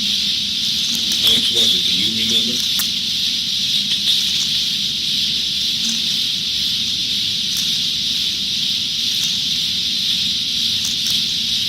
I could be wrong, but if you go back, I think the minimum wage at that time was $1.25 an hour. And I don't exactly remember what I started at. I think when if I'm not mistaken, I think when I quit, I was making about $1.40 an hour. Now, Oswald he looked like he had enough money to eat and to keep clean, or did he look hungry and dirty? I would say this, I never seen him appearance of being dirty now. He just looked like a ordinary working man. You know, he didn't have you could tell by the clothes I saw him wearing, he didn't wear the flashy clothes or the real nice looking clothes. So then the man didn't have the wrong spin or factory name that he gave me. Now, how about him? Did anybody call him Oswald or Lee, or did he have a nickname? Probably no people call him Lee. Just as far as you can remember. Now, how about yourself? You didn't develop a nickname, and people just called you Wes, which is really your name anyway. Wesley. Wesley. Was it Wes or was it Wesley? Wesley is my name. That's what most of the people call me for. I remember there because that's the only name I went by there. Okay, all right. Now tell me this, have you ever gone by another name? Any place, anywhere in your life, have you ever used another name other than your name?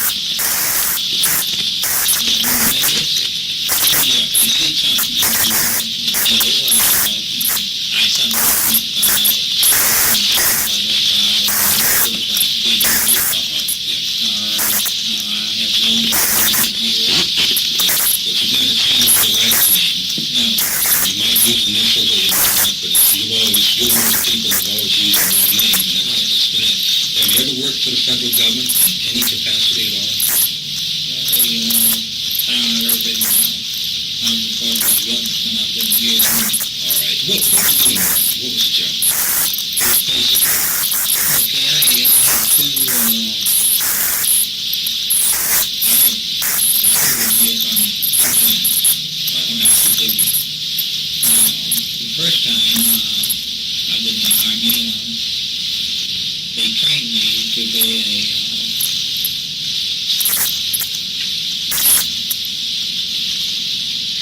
Yes, sir. Have we overstayed our... No, you're okay. All right. You're okay. All right. Thank you very much. I just wondered if you're tired. Yeah, right. If it makes any difference. That's the way I'm lining it up.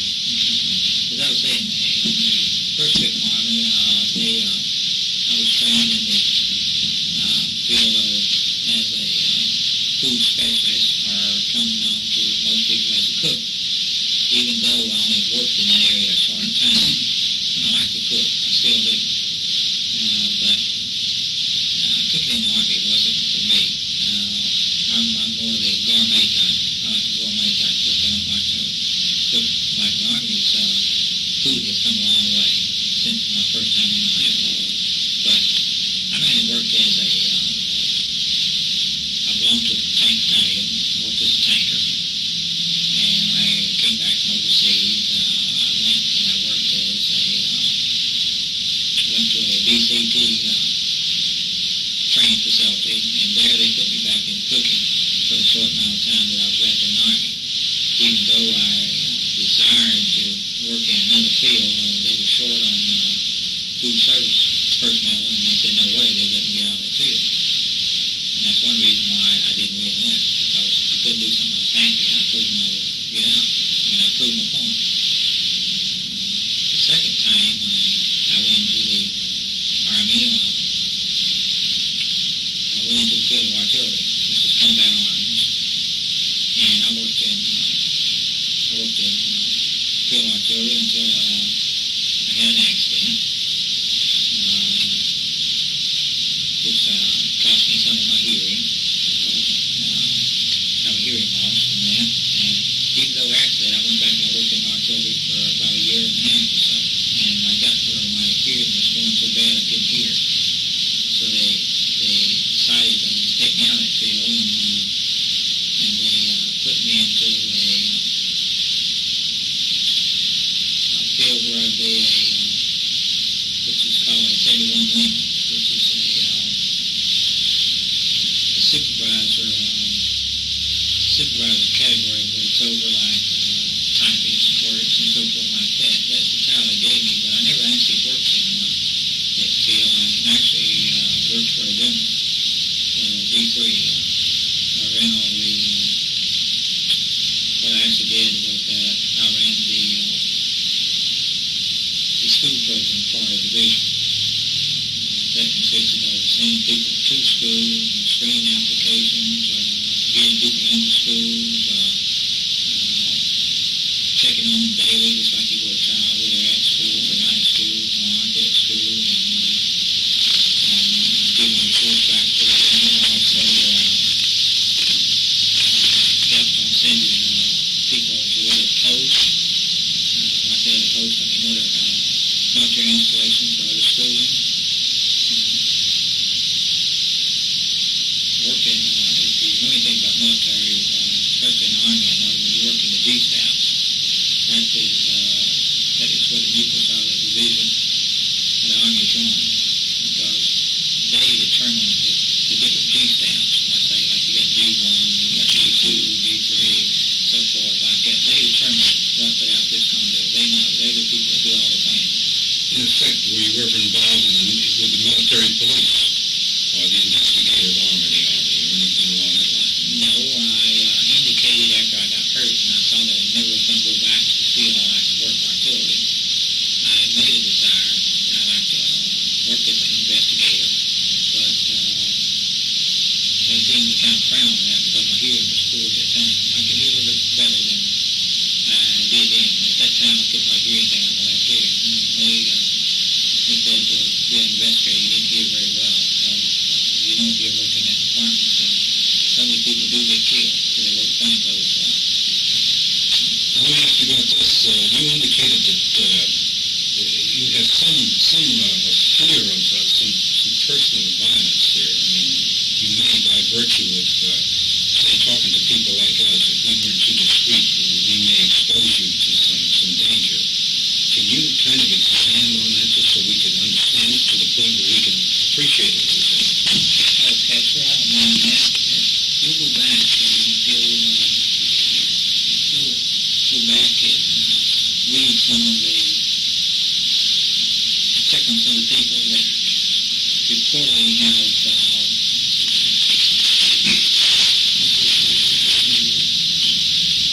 have seen or have heard things in reference to the assassination of John F. Kennedy.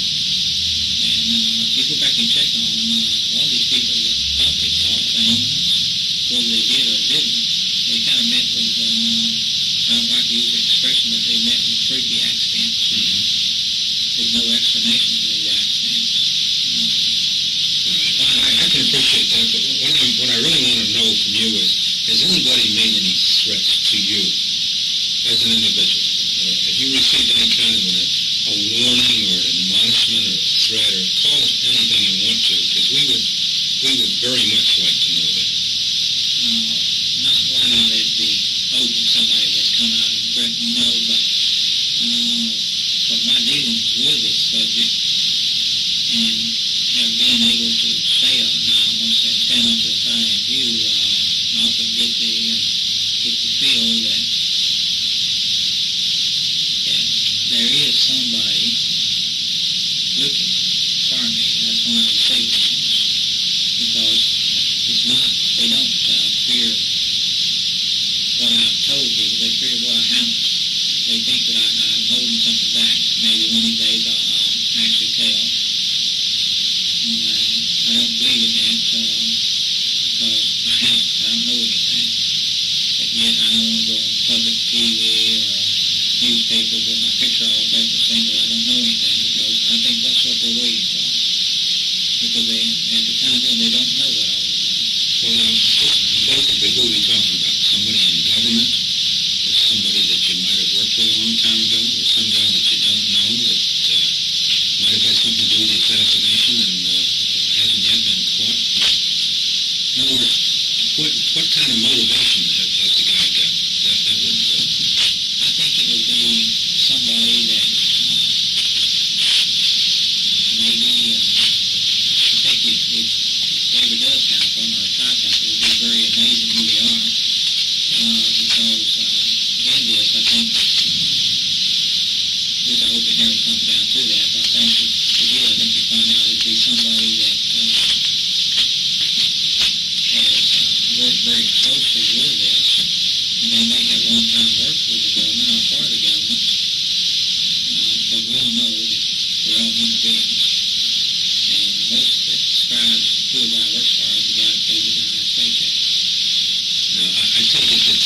association with Mr. Garrison in New Orleans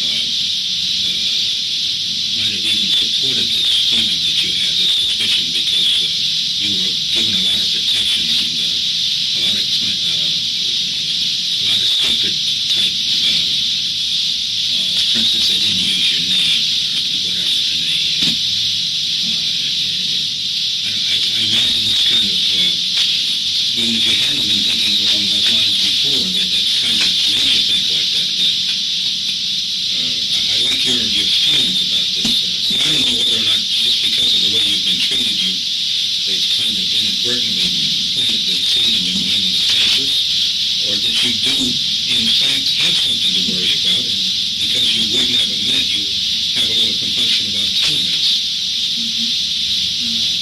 I believe this, that when someone approaches a crime such as that we have discussed here on this tapes, I don't think it's a one-man affair. It takes some very intelligent people, and I believe it's very friendly. There's no perfect crime. As long as there's somebody that you think knows something, you've got to show them up, because you never know in these ages. Like I said earlier, it may be what you don't know you saw something, or you don't know something. One day you may figure it out. It may come to you. But just to summarize your impressions along this line, you don't have any particular detailed, definite information. You just got a feeling that a crime of this size, of this magnitude, must have been involved more than one guy. And because we've only got one guy locked up, so to speak, that it just stands to reason, as opposed to individual information, that there's another man or two or more out there.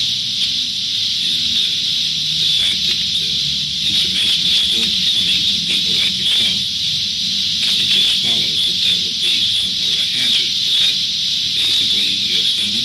Yes, sir, I think it is. Now, if you have any detail, I really, even if you don't want to tell us, if you would just let us know that, we'll get to know you well enough so you will trust us, because we want to share this particular feeling. You shouldn't be, as they say in the street talk, you shouldn't take the weight on this thing. It's people like us that are paid to do it, and we're down here, we're ready to do it. We will be glad to make that our problem. I'm guessing right now, admittedly, I don't know what I'm talking about, but I don't know whether you've got something in the back of your mind that you and your family are fearful of. I hope not. But if you do, I hope you think about it a while and share it with people like us. If you don't know enough about us now, we'll around us so you do. But keep that in the back of your mind anyway. Now, I got the impression that we've enjoyed these very favorable circumstances long enough. Yeah, I think And if there's something you want to add, just to kind of wind this thing up, or we haven't thought to ask you, or there's in the absence of it, I think we would better conclude this thing. But I really wouldn't want to overlook something. Okay, well, I will say this, I'll always be willing to help you in any way I can. Well, remember that works both ways. That's the thought we'd like to have you take out of here. That's why you've been given cards with phone numbers, and won't cost you a nickel to call at that number anytime. anytime if you want to give us a call, we're in contact with the office 2 or 3 times a day. All right. We started in the Mr. Hollenbeck's office, and he's in the past few minutes has re-entered, and we'll continue the same way. There's nobody else present other than Mr. Hollenbeck, Frazier, the 3 of us. We're in the same room. It's just 2 minutes before 6 Dallas time, and that's it. Thank you very much. Let's see if we've used some kind of a little test here. I've got about 1:25 p.m. It's Friday afternoon, the 21st of October, 1977. All right, according to the test, everything's working all right, and now it's 1:30 p.m. Dallas time.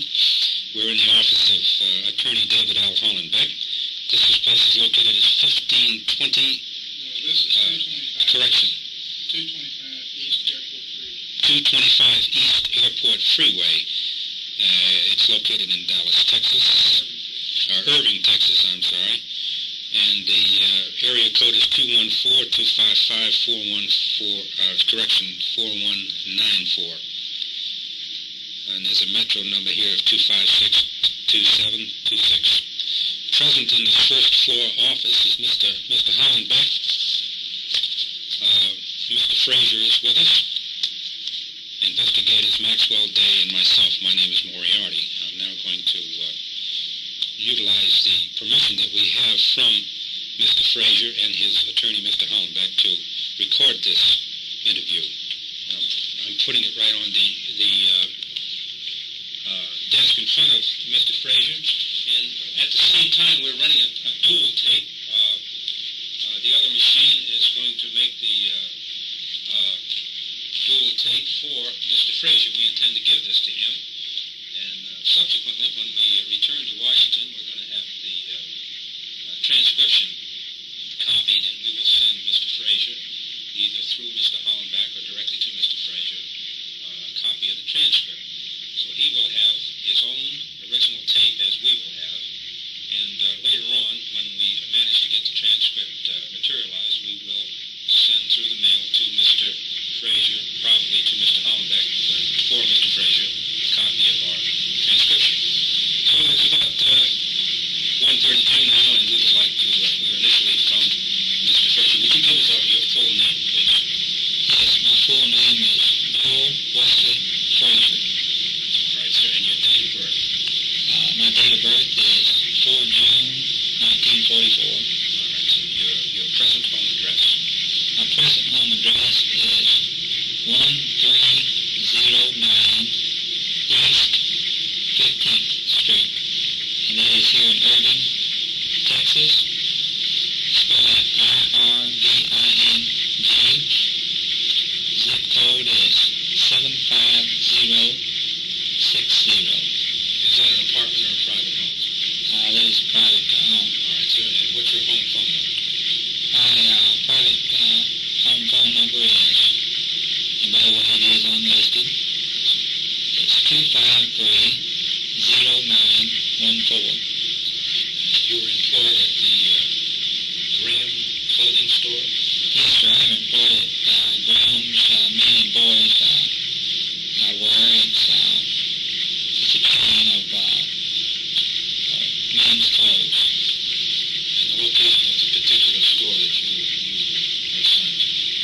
The location of this store in which I am employed is in the Irving Mall, and our address is 2440 Irving Mall, and that is also here in Irving, Texas.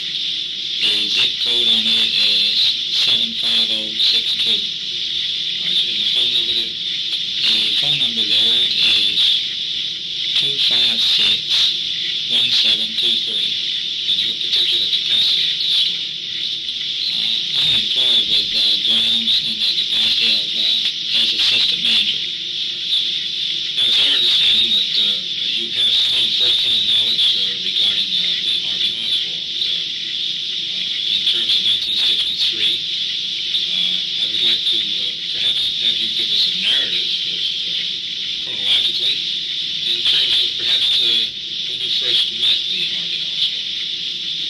That might be a pretty good place to start. Okay, actually the first place that I really met Lee Harvey Oswald was at work. And when I say work, I am referring to Texas School Book Depository.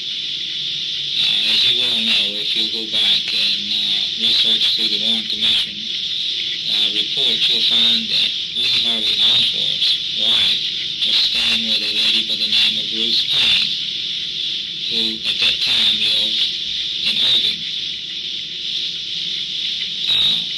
Lee would come to Irving and visit his wife and play with his children.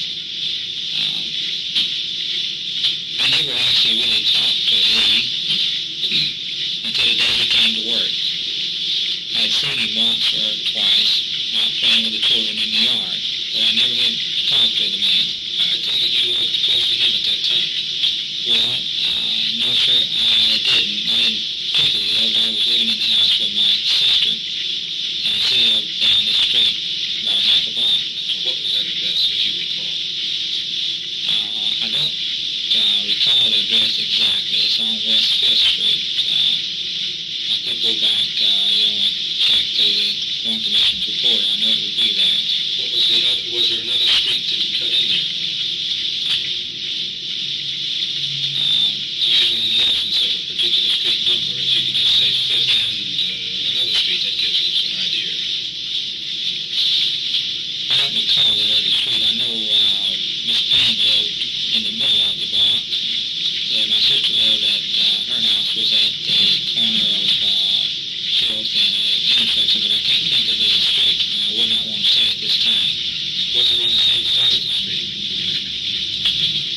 No, sir, it was. For instance, we know where Mrs. Payne used to live. I believe the number is 2515 5th Street. Are we talking about we're talking about the 2500 block of 5th Street then, in that block.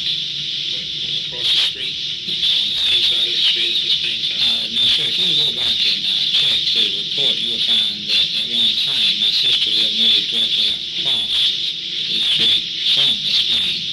Directly across. But later, they moved, which they moved several times, and they later came back to this street, but they lived in a street that was on a corner lot down the street. I don't exactly remember the number, but I do know where it is. I could actually take and show you. All right. Well, anyway, was that corner lot, was that the house you were living in at the time that Oswald and you worked at the depository here? Yes, sir, it is. I lived there with my sister and her husband and children, and what Lee would do was Lee would ride home with me on Friday afternoon. And he would come out to Irving, and he would stay there at the Payne's house with his wife and his children. And then on Monday morning, he would ride back in with me to Dallas to work. All right. So this was a pretty consistent weekend arrangement then. You didn't ride every day. He just rode home with you on Friday night, and then he rode back in Monday morning. Yes, sir, that's right. It was Monday afternoon through Thursday night, and he went someplace else as far as you were concerned. yes, sir. He told me at that time that he had a apartment over in Dallas. Did you ever go there? No, sir, I did not. Did he ever tell you just where it was or anything about it, living with 6 other people or by himself or any detail at all? No, sir, he never did go into that. All he said was that he had a place in Dallas. Did he ever explain the kind of unusual arrangement of going one place on the weekend and another place during the week for a married man? Or did it occur to you that it was a little unusual? Well, it did occur to me, but being the type of person I am, I never doubt someone until I actually have found out that they have deceived me. And when the man told me that he had a place he stayed at over in Dallas during the week, well then I just figured that he had a reason for that, which if he wanted to tell me, he would have, which he never did and I never asked. Well, at any rate, you two are riding to and from work on Friday evenings and on Monday mornings. Did I say that right? You two? Were there 3 or 4 or more in the car? No, sir, there were just only 2 of us. Just 2 of us. Yes, sir. When did this arrangement begin? When he first started to work, or was he there a while? Or if you recall, how did you get going on this ride arrangement? Well, actually, we were talking at work, and I knew this primary from hearing my sister talk that his wife was staying down the street there with Miss Payne, and so I offered, he seemed to be a real nice fella, and I knew he didn't have a car, because he told me he didn't, and he said that he would be going out to Irving to see his family this weekend, and I said, well, since I only live a short distance away, would you like to ride out to Irving with me on Friday, and then I'll take you back in on Monday? And he seemed to agree to that, and we let go at that.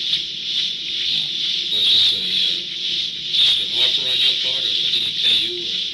No, this was an offer on my part, kind of a generous offer. I'm kind of, well, I like to help people. I enjoy helping people that I see that maybe is less fortunate than I. Since I had a car, which wasn't a good car, but it was a car, and I went back and forth to work, and I said, why should he spend his money for bus fare out to Irving when I was going right there? Because it takes no more gasoline for two to ride in a car, and it does one. That's true. If I understood you, you said he was a pretty nice fellow. Did you get to know him a little bit in the neighborhood before he took the job at the depository?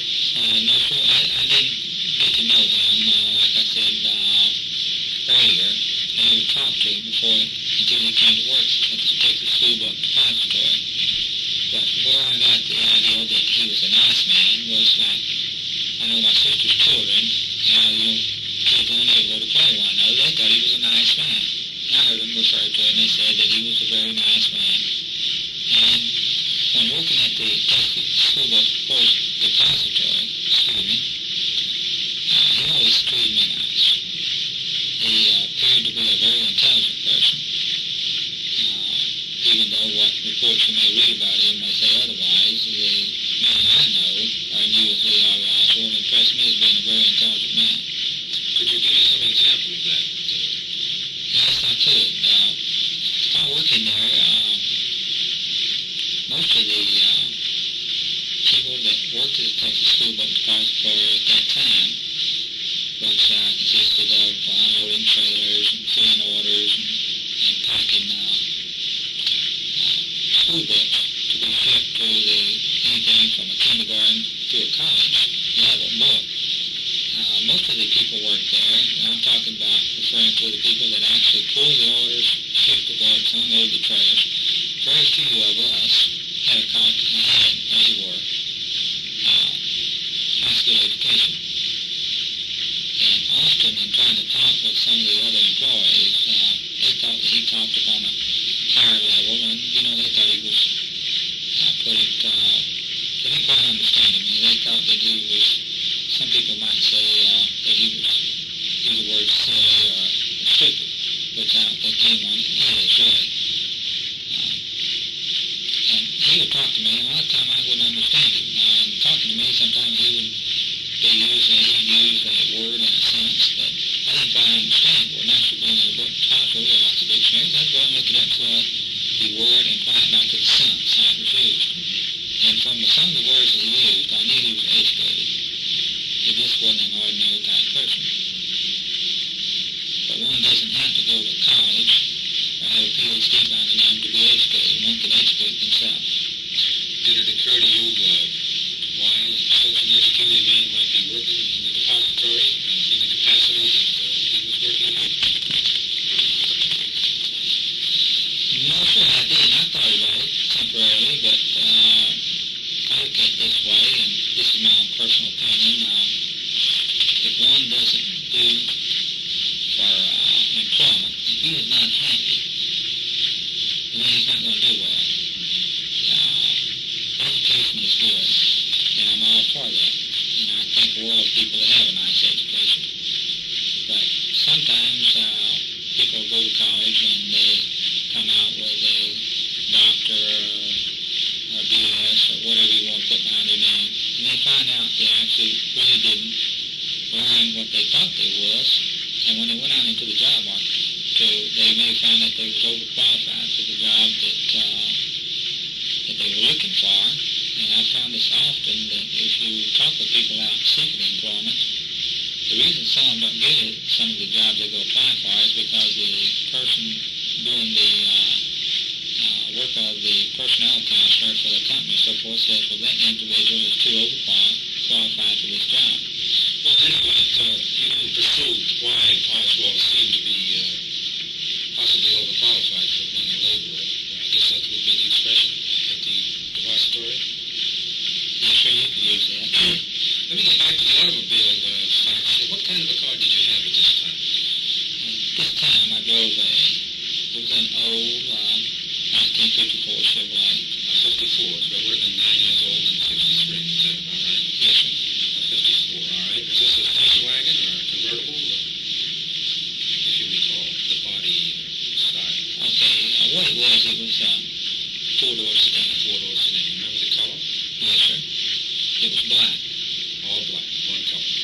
sir, it was. All right, the 54 Chevrolet sedan. And I wouldn't presume you remember the tag number, but I guess you had Texas tags on. Would that be... Yes, sir, I did have Texas tags on. If you know the number, I'll ask you. No, sir, I can't recall the number of the car. All right. Did Oswald ever say with you with the driving chores, or did you drive all the time? I drove the car all the time because from the questions he asked me one day about driving, I noticed he watched me driving the car one day, and he was asking me about why I just had one pedal. Well, it was automatic. And I told him that with an automatic transmission, you don't shift gears. The only time you change gears, like from going from park to drive, or from park to reverse, or going from drive to park, whichever combination you want to use. Let's see, if memory serves me, Chevrolet, that was the 4th year for the automatic transmission, so it was relatively new, I guess. Seems to me 1950 was the first year. I think that's right. Well, anyway, he wasn't too familiar with the advent of automatic transmission. But did he say whether or not he could drive, or an ordinary, say, what do they call a stick shift now? Yes, sir, standard, which he preferred to call it. I asked him, could he drive a car, and I don't remember what his answer was. But I know at one time he did tell me he was studying the Texas Department of Public Safety's driving rules to apply for a driving license. So from therefore, I took that he couldn't drive a car. And there is some people in today's society that cannot drive a car. They've never tried, they never even applied for a driving license. So your impression was that he was not a licensed driver. He needed a license, but he didn't know whether or not he could drive. But he was not familiar enough with the traffic regulations anyway to take the test. Is that about it? That's what he told me. All right. So you never would have occasion to loan him your car or see him drive anybody else's car in the neighborhood or something of that order? No, sir, I never saw the man that we're referring to as Mr. Oswald. I have never seen him drive a car at all. Oh, perhaps we should clarify that now. The man that we're referring to is the man who received the television notoriety from November 22nd through the 24th. I'm sure you saw him on television, saw his name, his picture in the paper. This is the same man we're talking about. A white man, about 24 years old, rather small in stature, that was ultimately, shot by Mr. Jack Ruby on television. We are talking about that same person. Yes, he is known to the, how would you say, to the public as Lee Harvey Oswald. Right. The man has been accused of assassinating, as it were.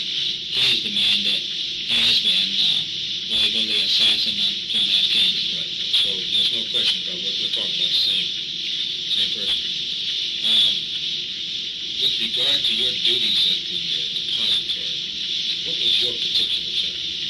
Okay, the duties I performed while working for the Texas School Book Depository was that I was an order filler. Order filler, what he does, he actually takes the orders after they're printed on the company form and goes to the certain area where you have the books stored. And it's very simple. You know how many books are in a carton, and they call for so many copies. And you take and you fill the order. The orders may have only one textbook on it, or they could have several. It depends on the independent school district that it's coming from. The larger independent school districts, such as Houston and so forth like that, you ship by truck loads or boxcar loads because their orders are so large. But for the small ones, you may ship them by freight.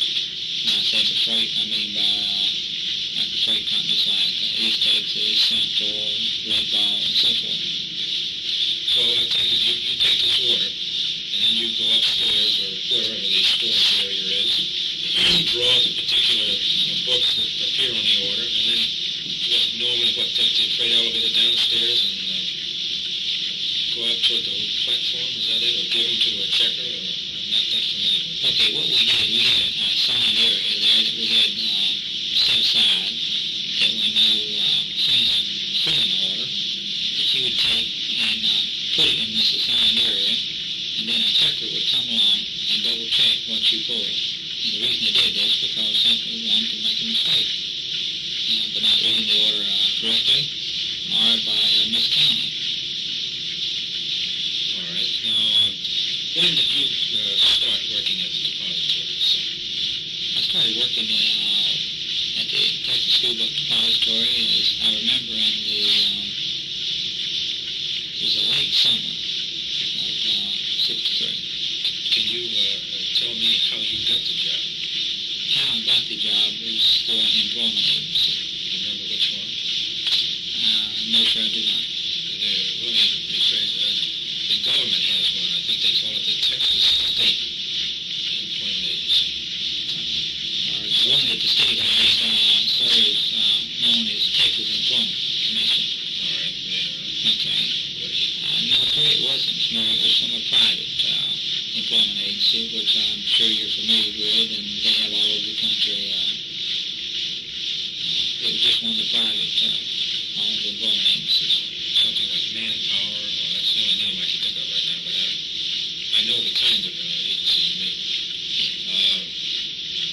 How many people, in terms of what, you said the early summer of '63? No, sir, I said the late summer. Late summer '63. How many people did you come to know by the time you were there a few weeks or a few months? How long do you have to work at the depository before you know about everybody that works there? Well, that's very simple. At that time, Texas School Book Depository had two buildings. They had the building in which I worked, and then they had the building that was further down the street. Is known as where they stored a lot of the state editions. And that's hard to explain unless you actually know what I'm referring to in the textbook industry.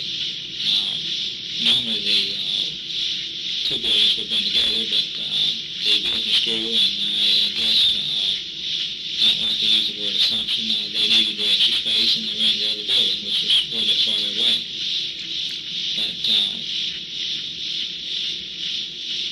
we've been using the address of 411 Elm Street, I believe, for the depository. Are you talking about further down Elm Street on the same, or are we talking about the side street Houston? Further back out away, it seems to me there's railroad tracks over there. yes, that's what I'm talking about. It's not further on Elm Street. The other building sits further down Houston Street. It's several blocks down there, toward City Block. Toward the rear of the building. For instance, the depository front door faces the Dewey Plaza. So we're talking in the rear of the depository, a few blocks to the rear. Yes, that's correct. It's actually the other building is located on, you have the railroad tracks, which is a shipping yard. Runs through there, and the railroad tracks run right beside the building there on Elm, and then they run all the way down to the other building down. There's actually a yard there where there's nothing uncommon there to see, the cars there and the engines, switching from track to track. Is that building still standing today? Yes, sir, both buildings are still there. Would you have normally worked in the other building as well as 411 Elm? I worked in the other building day or so, only because we had a large shipment, and the building which I was working with, we didn't have that heavy a load at that time. But I went and worked down there, and I didn't clear work down in that building. I started under another supervisor, and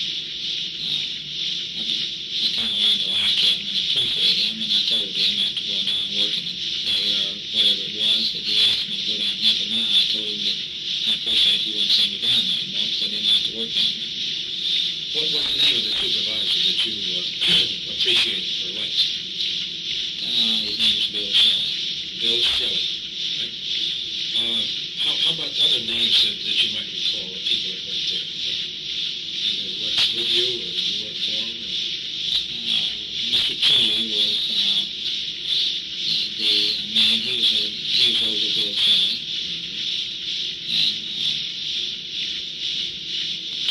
And another co-worker I worked with there was named Billy Lovelady.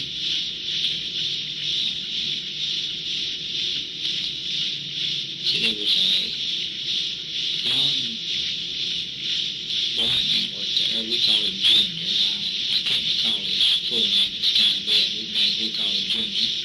Would you know it if you heard it? Do you think? I might. I wouldn't want to be for sure, or say for sure, but I would know him. Earl Jarman? John, J-A-R-M-A-N. The young boy. Jarman. Junior. The other name, Norman? James Jarman. Yes, I remember that name. James Jarman. James. is that who you're talking about, Junior? Is that I'm not mistaken. That's the man they call Junior. We call Junior. I called him by his nickname so much that since the years have passed, it's hard for me to remember the man's actual name. Well, I think that's probably what prevails. When guys work together like that, they don't use nicknames. And you remember a nickname long after you've forgotten his surname, if you ever knew. All right, any other names? Incidentally, nicknames are all right. That reminds me of There something. was a man that also worked there. His name was Jack. He was that man. He was a Caucasian. Was he a supervisor, or did he work with the... No, he was just a co-worker like us. He filled orders. He was a large man. He said, well, 240, 50 pounds. How old did he appear to be at the time? Oh, Jack was supposed to be in his early 40s. I think he lived with his mother and father. Bill Shelley, I know, can tell you his name. Because Jack was working there when I came there. Anything else you can remember about Jack? What kind of a car he drove to and from work? Never actually seen Jack drive a car. Was he friendly with anybody other than Bill Shelley? I mean, in particular. Was this man they called Jack? Jack, right. Yes, Jack was friendly with all the people. He was real nice. He had a real nice personality. He teased and joked everyone. Not sure which most HSCA people do. They have a real nice sense of humor. And they get along usually well with everyone. There was an old black man worked there. He mostly did packing. And he cleaned up some offices.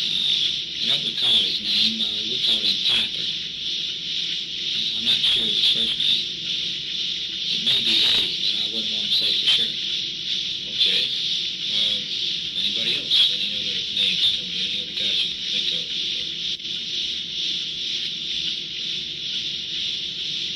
I can see several faces, but I just can't recall their names. I would know if I saw them. You may have had occasion to read in the volumes about the different witnesses in your questions. Quite a few of the names came up in the various reports. That would kind of jog your memory a little bit. Well, I'll be honest with you.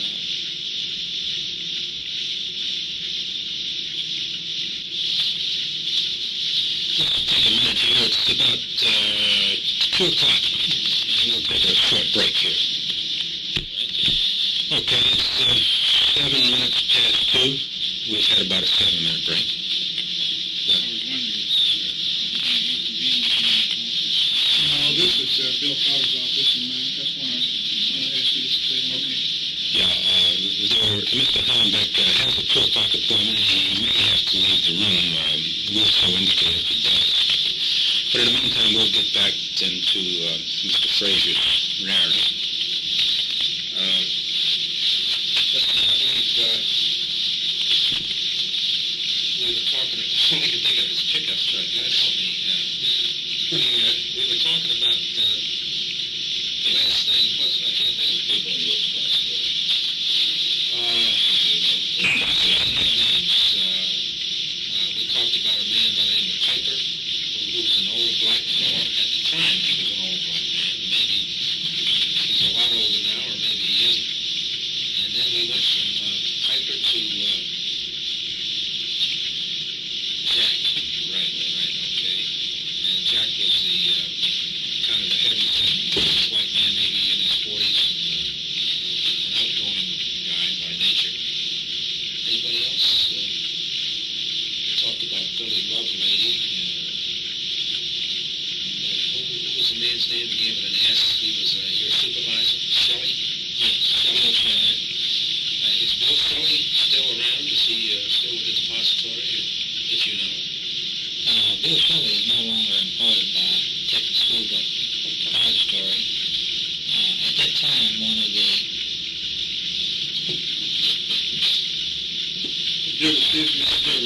Mr. Huntington's going to have to excuse himself temporarily. He has another client, and he's going to leave the room. Okay, thank you, sir. All right. So we'll just go right on. With regard to Mr. Shelley, he's not with the depository anymore, but is he still in the Dallas area? Yes, as far as I know he is. It's been several years since I talked with Bill. But what I was attempting to say before I made the notation that Mr. Hollenbeck was going to leave the room was that at that time we had a publisher that was in Texas School Book, in other words, that we handle their publications. It was Scott Sportman. They later pulled out and built a building all their own. And they talked to Bill Shelley, and later Bill Shelley went and managed their warehouse for them, which is also located here in Dallas. I guess he may still be with them, then there's a possibility. Yes, sir, as far as I know he is. I know the last time I talked with Bill, I think, matter of fact, the last time I saw him, he was at the Scott Sportman warehouse, because I went back to see him. All right. What about, Lovelady? How about Lovelady? Have you been in touch with him? Yes, I talked to Billy Lovelady only just a few weeks ago on the telephone. Billy Lovelady is employed by Vincent Supply Company. They deal in pipe and pipe fittings, flanges, elbows, so forth. Is that a Dallas firm? They have a plant here in Dallas, just out on Harry Hines of Walnut Hill. Billy was working there for Vincent. Billy is now working in Denver. They opened a new plant there. Excuse my choice, not plant, but they opened a, how would you say, A branch office or subsidiary? Right. I know Vincent itself, his home office comes out of Oklahoma. They're Oklahoma-based firm. And they opened the office in Denver. And Billy is up there, I believe his title is warehouse manager. I'm not too sure. Oh, well, that sounds pretty good. So I haven't talked to him actually in person. As I said, it's not to be repetitious. The only contact I've had with Billy in the last several years is by telephone, and that was only several weeks ago. I think he called you, or you called him? Well, the way that happened was that I was talking with a salesman that still works for Vincent, and he asked me, he says, he made the comment to this nature or something very similar. Guess who just walked in my office? And I said, something like this, well, who? He said, you remember Billy Lovelady? I said, yes. And he said, well, he's here. And I said, he said, would you like to talk to him? And I said, I sure would. And I chatted with him a few minutes on the phone. He'd taken a few days off, and he was down in the Dallas-Fort Worth area visiting some friends, and both our itineraries at the time was pretty packed. And I planned on actually seeing and talking to Billy, and we talked about some of the old times that we where we'd worked together, but I had to work that night, and I didn't get to go over to where Bill said he was going to be and talk to him. Did you get his address in Denver? Or did you maybe write him or anything like that? No, sir, I didn't. Billy has a sister who lives here in Irving. And also, I know the salesman out there very well. You know, if I happen to really need to get in touch with Billy, I could call out there and get the number of the client and the address if I had to. So that's the reason I wondered. I didn't press on about getting it over the phone. Okay, very good. Somebody else, is there anybody else we can think of while we're talking about the old employees of those repositories? How about people in the office? Did you get to know anybody in the office? The administrative part of it, or maybe the secretary, or, well, for instance, how did you eat lunch? Did you ever have lunch with a particular group of people, or a certain, maybe people that worked, say, nearby in another store, in another building? Was there a local cafeteria around there, a restaurant that appealed to most people? Okay, actually what most people did there, they either did one of two things. They either brown bag for lunch, or they bought off a catering truck, which was a catering truck come around in the morning for break time. And some of the guys that maybe they would get up and maybe they didn't have enough to make a lunch or what they wanted, maybe they'd say, well, I'll just take the truck. When they referred to that, talking about a come around in the morning, I don't remember the time, but it was just a catering truck, and they would buy the stuff off their lunch off there. That seems to jog my memory a little bit in terms of the truck probably had hot sandwiches, specifically hot chicken. I remember some mention of chicken bars. Yes, I think I know what you're referring to. Yes, most of your catering trucks that operate here and around Dallas, they do have hot sandwiches. Right. You know, they have hot donuts and so forth in the morning for your breaks. But you asked me earlier where I ate my lunch and who I ate my lunch with. I ate my lunch with different people. I got along well. I think that everyone worked there. We had a lunchroom up on the second floor. I did, however, go up and eat lunch up there a few times. But most of the time I ate my lunch down on the first floor. Or sometimes I would go down and into the basement and sit down and eat my lunch close to the stairway there, because it was nice and quiet, and it was nice and cool in the summertime, and the heat was nice and cool. That was the coolest part of the warehouse, was the basement. And I threw the orders out there from time to time, and I knew that the basement was nice and cool. Let me see, I was wondering, did you ever go out of the building to eat? In other words, did you ever make any friends that worked in nearby places? I know there are several buildings in that area. Oh, actually, there's quite a few buildings that are right around Tulsa. No, sir, I never did go out and eat with someone from another building that worked close by. I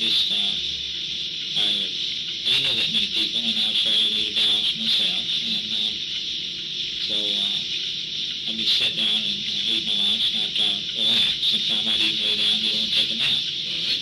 How about Oswald? Did he eat lunch about the same way you did, brown bagging it, or do you know if he went out and eat outside, or whatever? Well, sometime Lee would, best of my memory, I know sometimes he would take his lunch, or you'd see him bring a lunch. Also down on the first floor, which I didn't mention, there was a little room off to the side, close to the, not too far from the men's restroom. They had a little room there. It was a little card room. Some of the fellows played cards at lunch and ate their sandwiches in there. And you could see Lee, he could be around with it. He didn't hang around with anybody in particular. He was, he tried to get along with everybody. Did he utilize the truck, or was he a brown bagger? Well, I won't say that he ever bought anything off the truck. But I did know I have seen him take his lunch. But where he took his lunch every day, I can't say so. Be exact. And you don't know whether or not he went out to eat, perhaps with some other people in another building or whatever? No, sir, I don't. I don't know that. Because at lunchtime, like I say you might find some guys be in the room there playing cards and eating their sandwiches, or some sitting out on the dock, or, some might have to go run an errand during lunch hour, we have a standard lunch hour, and so everybody took their lunch at the same time. What time was it? If I remember correctly, it was right around 12. How long were the lunch hours at that time?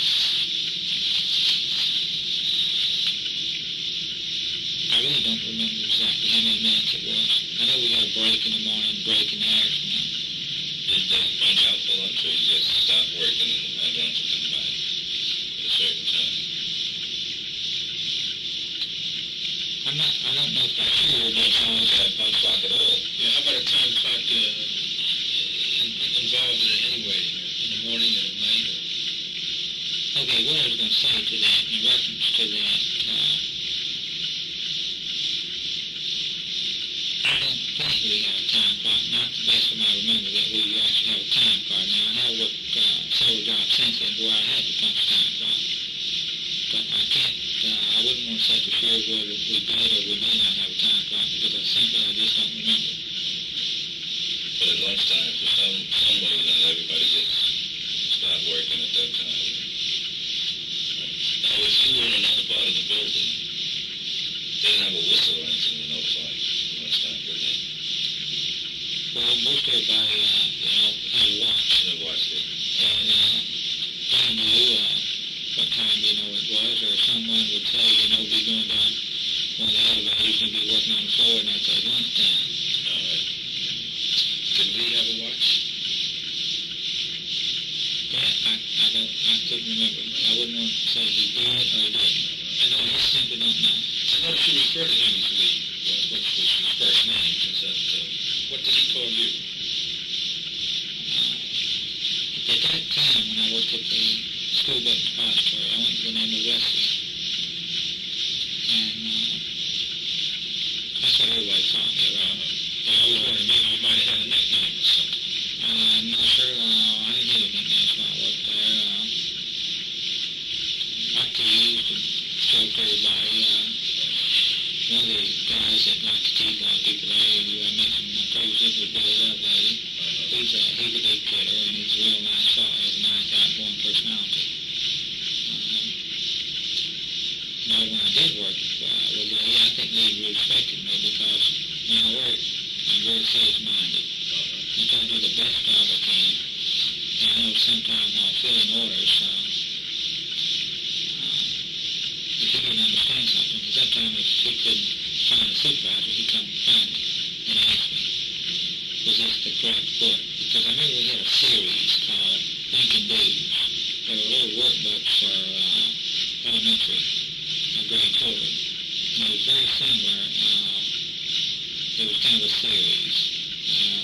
I don't know when you went to school, you might, I know when I was at school it was Sally, Spot, and Dick and Jane. Well, this was on the same series, little Think and Do. And they the big name on that little pamphlet was Think and Do's, but they was a little bit different series is what I'm trying to explain myself. And according to the way they were built on there, you had to actually know the series very well to be able to get the right text that was being called for. And I know that I filled a lot of those because Bill said I did very good. I didn't put a lot of the wrong books. And, That's interesting, because I think that he was about what? That's interesting, because I think that he was about, 5 years older than you were at the time, if I've got it figured right. You were how old then, when you were working as a depositor? I was 19. About 19, and we know he was 24. Mm-hmm. But he would still seek you out, and in other words, he valued your judgment on the procedures down there. Yes, sir, evidently did, because I always treated him nice. I never acted as, when he said something I didn't understand, like I said previously, I could use a word I didn't know the definition of. I never made fun of him. Right. Talking maybe over my head, Did anyone sort of abuse him or anything that you know of? Oh, some of the guys kind of teased him, because I think sometimes they were like me,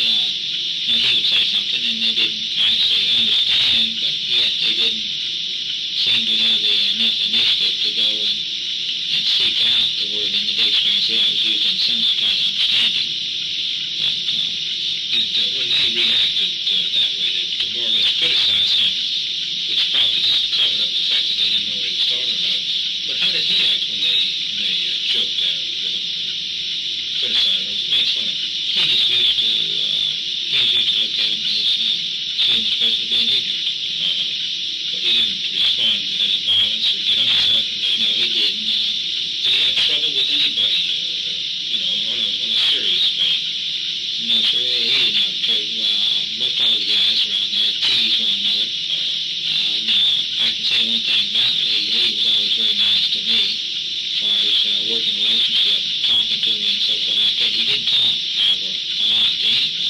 How would you rate him as a worker, as an order filler? Was he a good one? Or was he was he inclined to make mistakes? Was he slow to catch on, or did he catch on fast on the job? In terms of the guys that worked there, was he one of the better workers, or was he a little under par? Just from your own judgment. Okay, this I would say, and I think I'll sum it up best. The series that I mentioned earlier, the Think and Do, it's one of the hardest series to fill. And I know when I went there, Bill Sweeney seemed to work a lot with me because I've always been this way. I always will be this way. I want to learn. I like to learn. I try to learn one new thing every day. And he saw I took a very interest in my work, and he said, and he worked with me on these Think and Do series. But he said there's a lot of money being wasted in freight. Books were being pulled and shipped, and it was the wrong series, so therefore they have to pay the return freight on it. Make a long story short, I know Bill Shelley asked me to help him with those series, because sometimes the orders would be so great, one man maybe couldn't pull them all, and you have to have some help. And I know one day he was helping me fill these, and I told him, I said, that's an honor that he lets you fill these, because they're very difficult to fill. And I said he wouldn't even let you attempt to fill them if he didn't think you could do the job. And by working with him, I know I only showed him the series once. And he listened very closely to what I had to say. And I showed him the little, the little tricks, how to tell one series from the next, even though the colors were very similar on the book. And I would go back to reference on the order. And I would show him back and forth. And he learned very quickly. If I remember correctly, I showed him one good time, and I never had to show him again. So therefore, that to me, he impressed me as being intelligent. Not only sometimes the way he would talk, but I watched him, how he caught on to filling some of the books. Being an order filler for a large textbook, for my take the school books, there's many titles that's used in the from, like I said, from kindergarten to the college level. And one just can't walk in there and pick up an order and go fill it. You first have to know where the order is and the quantities and so forth. And it's not it's an ordinary layman's job, but you really be surprised how many people can't do it very well. But in short, it takes some degree of intelligence to even qualify, and you have to be probably above average to do it well.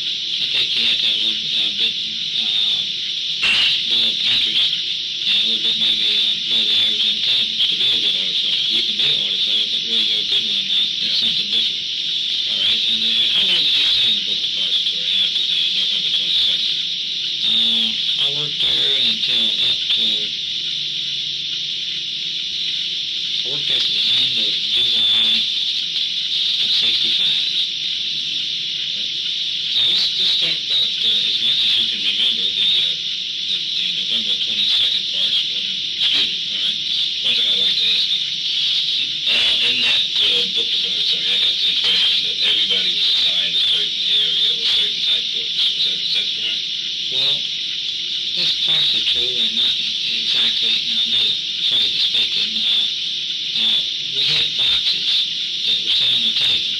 And in those boxes were some like Scott's Foreman, other Wood Gregg, and according to what the publishers were. And some of the publications was put on different floors, and some of the order fillers were more familiar with certain publishers. So therefore, they pulled, maybe they pulled all the orders that came into that box. Now, if they got theirs through, and they knew another publisher, well, maybe they might come over and say, well, you're being hit very heavy today as far as orders, can I give you a hand? And they would take some out of your box. And they would have your box. Yes, we didn't have a name on it, but they had the publisher's name on it. Like I said, Scott. And you order to fill, but you weren't assigned any specific area in that depository. You go all over the book. Right. When I worked there, I filled orders from the basement. What about Lee? Lee did likewise. He filled orders, different types of orders. All over the book? Yes. It wouldn't be unusual for you to see Lee in any part of the building. No, sir. You might see him down in the basement, filling an order, say at 8:30, down in the basement, getting some textbooks, and maybe at 9:15 he might be up on the 12th floor, filling another order up there, and vice versa. Just go up and down. He'd go up and down the old elevator shafts quite frequently. How about the 7th floor? Do you have much occasion to go up there? Okay, the old 7th floor, if you've ever been there, it was, what we had stored on that was some textbooks that didn't sell very well. They were real slow movers, so we put them up there. And I know that when I went up there when I started going up there pulling orders off the 7th floor, sometimes I would be there longer than I normally would because I'd have to hunt first for the textbook. Maybe we didn't have any of that series up there. And I'd have to look and make sure, and sometimes I'd have to take one down, and then I'd go and seek Bill Shelley to actually see if that was the correct book. And anyway, Mr. Dave, you were familiar with that stuff up there because you didn't get many calls for it. Yes, that's right. They put it out of the way. Would that apply as we come down to the 6th floor? Would that be reasonably unique? No, sir. The 6th floor there, it's not moved well on that, just like on the 5th floor. So from the 6th floor down to the basement, that's pretty much common running area. The only thing is the 7th floor would be the exception. Right. The 7th floor was where the old stock that didn't move very well, or the publications that didn't, if you're familiar, not to be repetition, or be going to repetition, there's a certain time of year that all the textbook companies, they get together and they sell their textbooks to the schools, and the schools decide what textbooks they're going to buy into the state textbook program. And if you want to do well in the textbook industry, you have to make that list. As a filler, if you took an order and you went to fill this order and you made an error, first of all, you filled the order, you brought it to a checker, and you made an error. Were you obligated to take this book back that you made the error with, or piles of books, back to where you got it from and get the correct books? Yes, sometimes, everyone has made a mistake at one time or another. The checker would call your attention to it, say if you misread your order, said this is not the right series, or maybe you were short one or two books, whatever, you have to go back and you either have to take if the books were not correct, you have to take those back, put those back and get the correct ones if they have. Where does this checking take place? The checking takes place down on the 1st floor there. Were you required to have any order fill? Was he required to have any special equipment to use? No, the only thing order filler really needed was pencil. Now, he could have a clipboard. He didn't have to have a clipboard because you could put the orders in your pocket. And a dollar, yes. Now, if you were filling freight orders, which you could, after you fill orders for a while, you could look at an order and you could tell approximately how many cases that were going to be. And you know where you take a dollar, or to take one of the lifts where you go up and pick up a whole skid.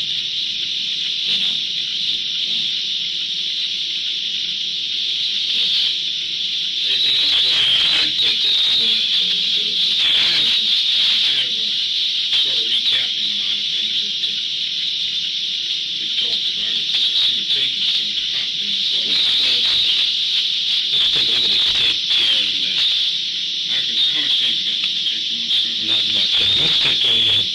3:33.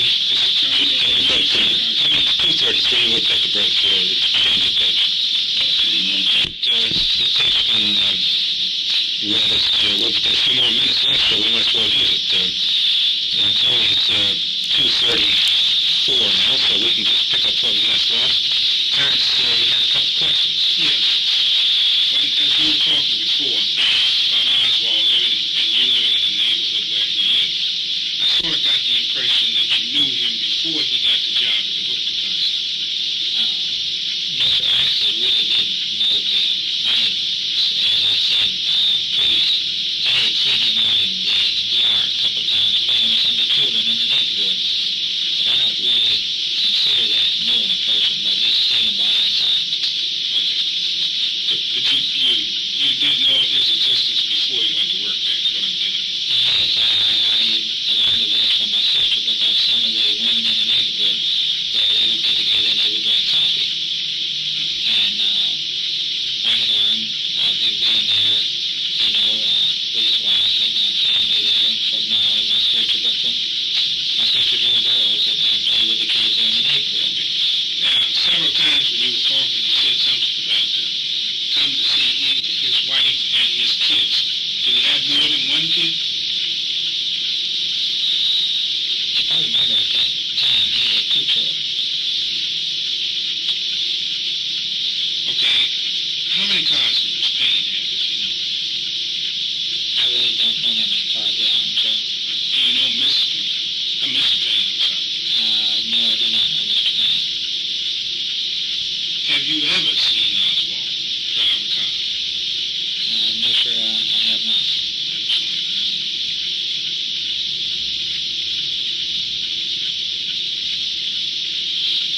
When you rode into work with him, when you brought him home from work and rode back and forth, what are some of the things you talked about?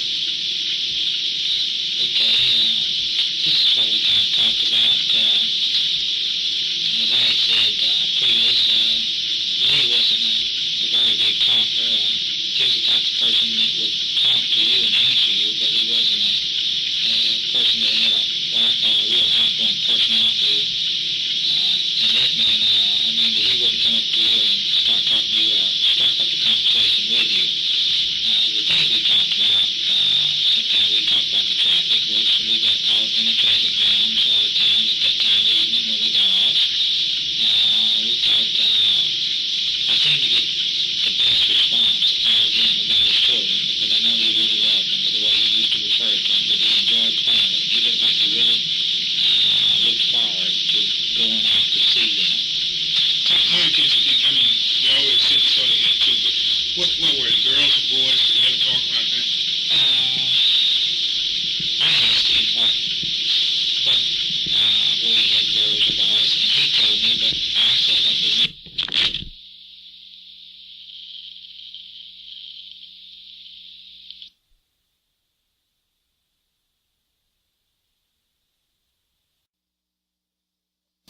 Pick up where we left off. We're still in the office and the lawyer is not present. Side 2. Side 2. See, Clarence was asking something? Yes.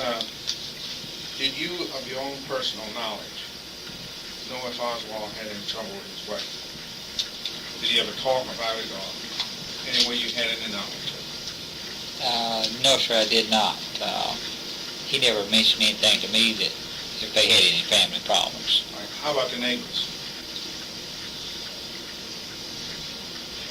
Gossip type things. Not to my knowledge. Now, like I said, I only lived there with my sister, and I was gone during the day, and I actually didn't know a lot of the people that lived there in the neighborhood. I heard you talk about the kids in the neighborhood having a high opinion of Oswald as being a nice fellow and so forth. Did you ever know a kid about 14 years old, boy, white male, travel with Oswald? No, sir, I never seen anyone of that description with him. When you would go to work normally on a normal day at the book depository, where would you usually park your car? We had a parking lot that was down, as I mentioned earlier. We had another building that was several blocks away.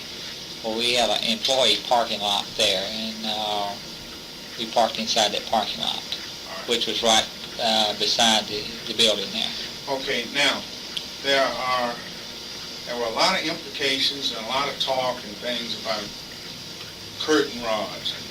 Oswald taking the curtain rods and worked with him, and they seem to have put some implication that he took a weapon or something of that nature, or the rifle that he used to work with him on the day that he went there.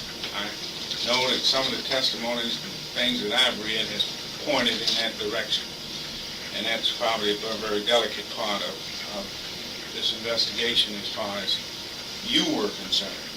Can you tell me about those curtain rods and how they got in the car in the morning that you took Oswald to work and all of that? Can you just start on the 22nd of... About the 21st. Try on the 21st. Well, let's start on the 21st. I'll tell you, before we get into that particular itinerary, if we got any more miscellaneous questions. Do you have any more? I don't have miscellaneous questions. Right. I got some more questions. All right. Okay. We just want to keep the thing in okay, now you parked way down the other end, down the other yard now, when you left your car there. Your car stayed there during the daytime. Yes, sir, that's correct. Did you lock it up? Yes, sir, I did. Do you usually lock your car? Yes, sir, I do. Are you in the service, reserve, or Air Force, or something like that? No, sir, not at the time being. Were you in the reserve?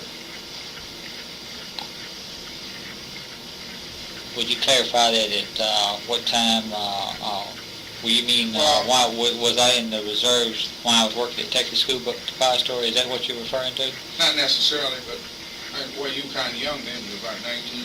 Yes. You weren't in service then? No, sir, I was not. All right. How about after you left there and you went into service for a while, didn't you? Okay, sir. I said previous that I worked there at Texas School Books up to the end of July of 1965. I then went into the U.S. Army.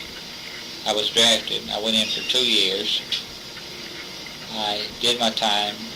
I came out of active duty, and if you are familiar with the military obligation, you owe this country 6 years. And you can fill it in a various of forms. You can either do 2 years active, on duty.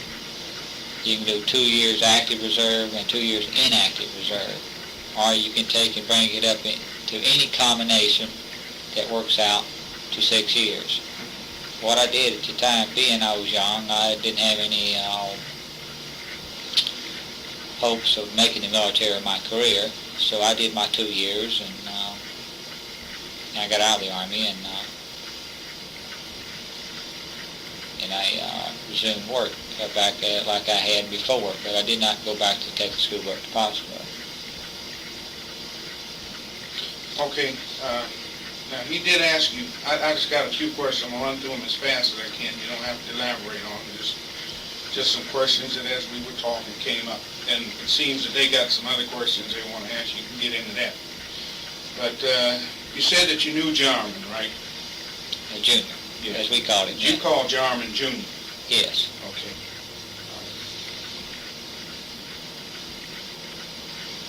As you were talking before, you talked about how you got the job. You said something about an employment agency. And I might have missed it. Can you remember what that agency was? No, sir. I can't remember the name of that agency. Do you know how Oswald got his job?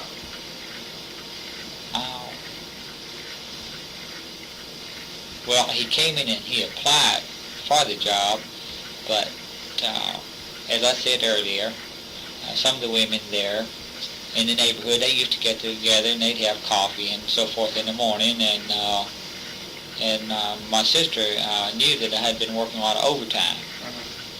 And so she asked me, she says, do you need any more help down there? And I said, well, I don't know. I said, you have to check with have to come down and check with Bill Shelley or Mr. Trudy.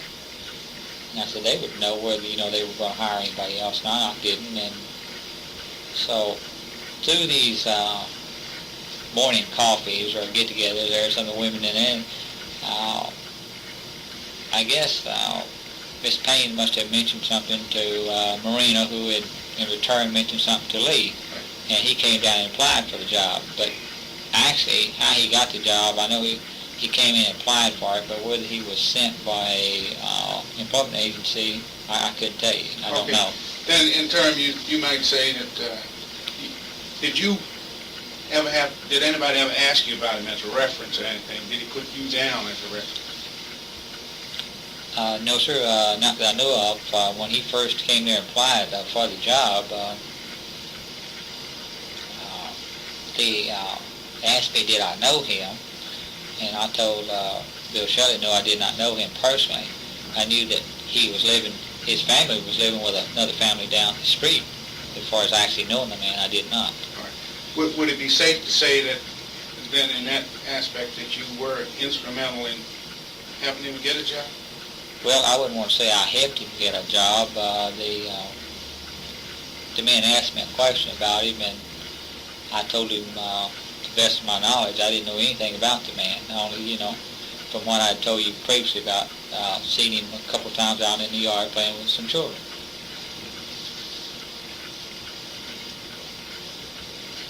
Well, we talked about the other building being down the street. Oswald have occasions to go down there at times. I don't know where Bill ever sent Lee down to the other building to work or not. I couldn't say. Who was his immediate supervisor? Right over top Oswald. The supervisor that was over Lee was the same supervisor as I had, was Bill Shelley. How about identifying people that work actually in the depository? Some of them you can't remember their names. Do you think if I were able to produce a photograph of people around and in that building, that you could pick out the ones that actually worked there? I wouldn't say I could pick out everyone, but I could pick out the people that I knew. Right. That I had come in contact, and I knew that worked there in the depository in the capacity of either as a co-worker of mine or worked for one of the publishing companies which had offices up on like the second, third, and fourth floors, Have you seen any let's say after the 22nd, since things have died down, have you seen any photographs of Dealey Plaza, depository, or anything connected with the assassination that did not surface in the newspapers during the time all this thing was big? Have you seen maybe somebody's friend or somebody come up with a picture or something? No, sir, I haven't. I will say this, I do read and look at all the articles that are published in the papers, and I listen to the news. As far as actually discussing it with someone, I do not. Okay. Did Billy Lovelady say anything about any new pictures or phrases he'd come up against when you talked to him briefly? No, sir, we didn't even bring the subject up. We were just mainly, we talked about, we was kind of, excuse the expression, we were just tickled to talk to one another because we hadn't talked to one another in several years. Well, there were some questions I wanted to ask you about the day of the assassination, but apparently they're going to get into that.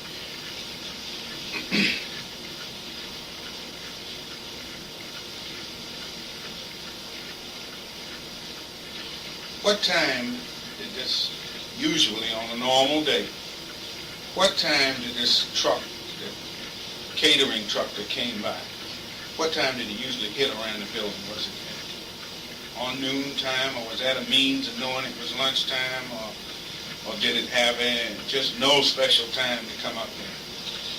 Okay, if you check with the catering trucks and the catering service here in the Dallas-Fort Worth area, I think you'll find that the drivers that work for these catering services, they more or less have kind of routes, and they learn the break times of the companies and so forth, and they make it up on their own to be there at the proper break time, so that therefore they can sell their merchandise.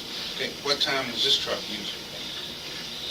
I wouldn't want to say for sure, but it seemed like it was somewhere around between 9:30 and 10 o'clock. If you know, can you tell me where Lee usually ate his lunch? Like I said previously, he didn't have any special place to eat his lunch. You might see him sitting with the fellows in the card room one day, and the next day he may be sitting out on the dock eating his lunch. He just didn't have any certain place. How did Billy Lovelady and Lee get along? Your opinion on it? I think they got along well.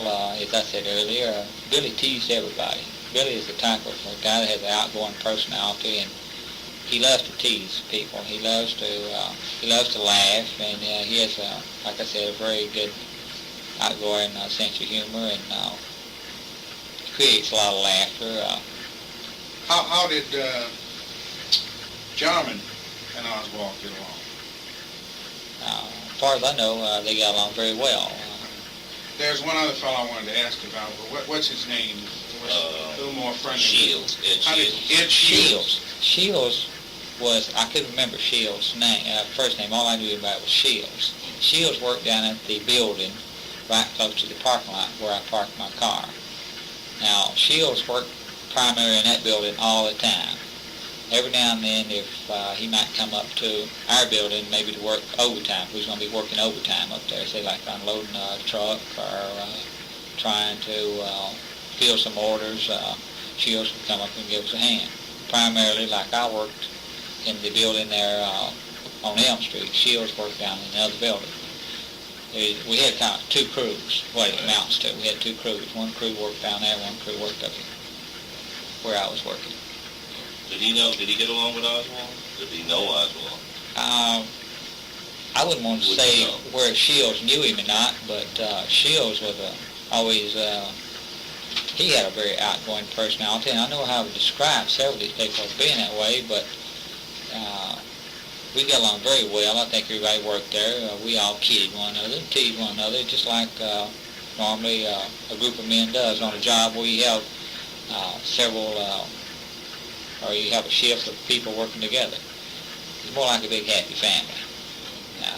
We talked about, things that most men talk about, talk about the sports or whatever, time of year is what's going on, Okay, can you tell me, Billy Lovelady continued to work there after the assassination? Yes, he did. What time? Did you leave first or he left first? I left first because I was drafted into the military. Okay. Let's say a day or two, Monday or Tuesday after Oswald's death, after getting shot and so forth. Did Billy Lovelady discuss the assassination, Oswald, the fact that you drove to work with him? Did you get into a conversation with him about it? Oh, I would say this, that after this happened, as I said previously, I think it was a pretty close-knit group of people working together. Sure, we talked about it off and on, but, just like anyone, like I think you would talk with one of your co-workers here. It was really a surprise to me, that this thing happened, because I never had been close to anything like this before, and coming from a small country town into the city and working in the city, then you work somewhere where this happens, and you have the whole nation looking at this certain city. You might say, and I think it'd be accurate, that I was very, what I want to say is,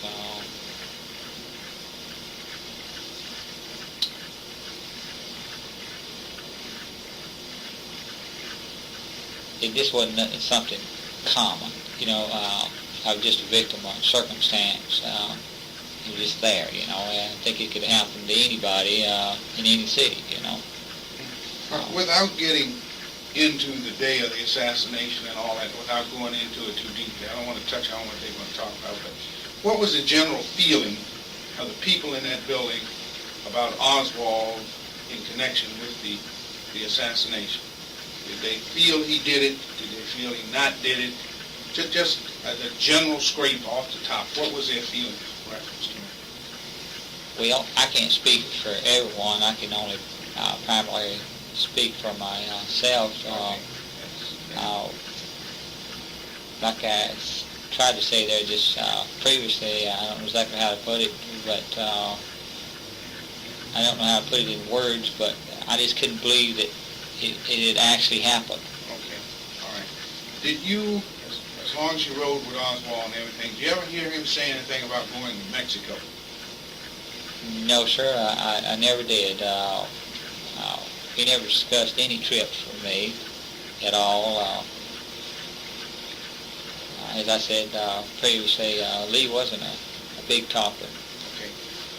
All right, now I just got a couple other questions I'd just like to touch on very briefly. Did you actually give a written statement to anybody? Can you tell me, I'm speaking in, what I have in mind is the FBI, the CIA, the Dallas police, or any other investigative unit, did you give any actual statements to them? I mean, a statement where they took the statement and you signed it. I know all during this time, I know like when I went for the Warren Commission and testified there, I know that they took, I have some copy of some transcripts like what I'm doing here. Actually, they talked to me. I have some of those.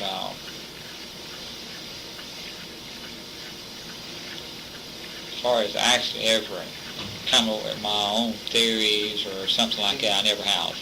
I've always just went with what the evidence was been produced by the people of the Warren Commission and so forth, is what they told me, you know, actually when I talked to them. You never really had to sign a statement or an affidavit. Okay, let's take a break here. It's about 3 o'clock, and we'll take a breather. 3 p.m. We've had another little break now. It's about 10 minutes past 3, and we'll continue. Clarence, you're... Yeah. You, in other words, you have not, to your knowledge, signed any statements. Let me ask you a couple other questions. Did you know Officer Tippett, the officer that was killed over in Oak Cliff? No, sir. I never knew of an officer by that name until this actually happened, and his name came into print, and then I guess everyone has known his name. Right. Did you know Jack Ruby? No, sir. I didn't know him either.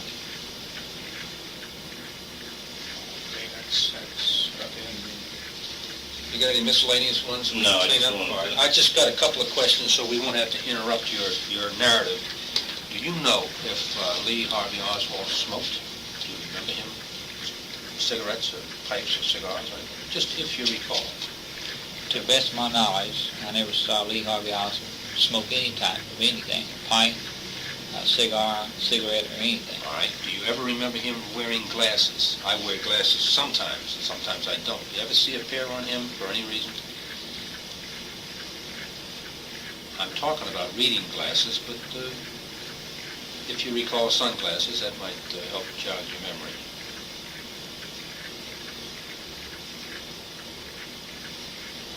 Not to my knowledge, sir. All right. Let's talk just briefly about his clothing. Did he wear different clothes than most of the guys? For instance, like they might have come from a foreign country. We heard something about him being in Russia or something. I was wondering if his clothing looked different. Give me the texture of his clothing. Anything. I figured you'd be a good man to ask. You're in the clothing business. As you think back about it, did his shoes look any different, for instance? Different color, different material, different style? He was dressed a little bit different than some of the guys were dressed. Most of us, just wore Levi's and T-shirts or something like that in the summer months because it was hot.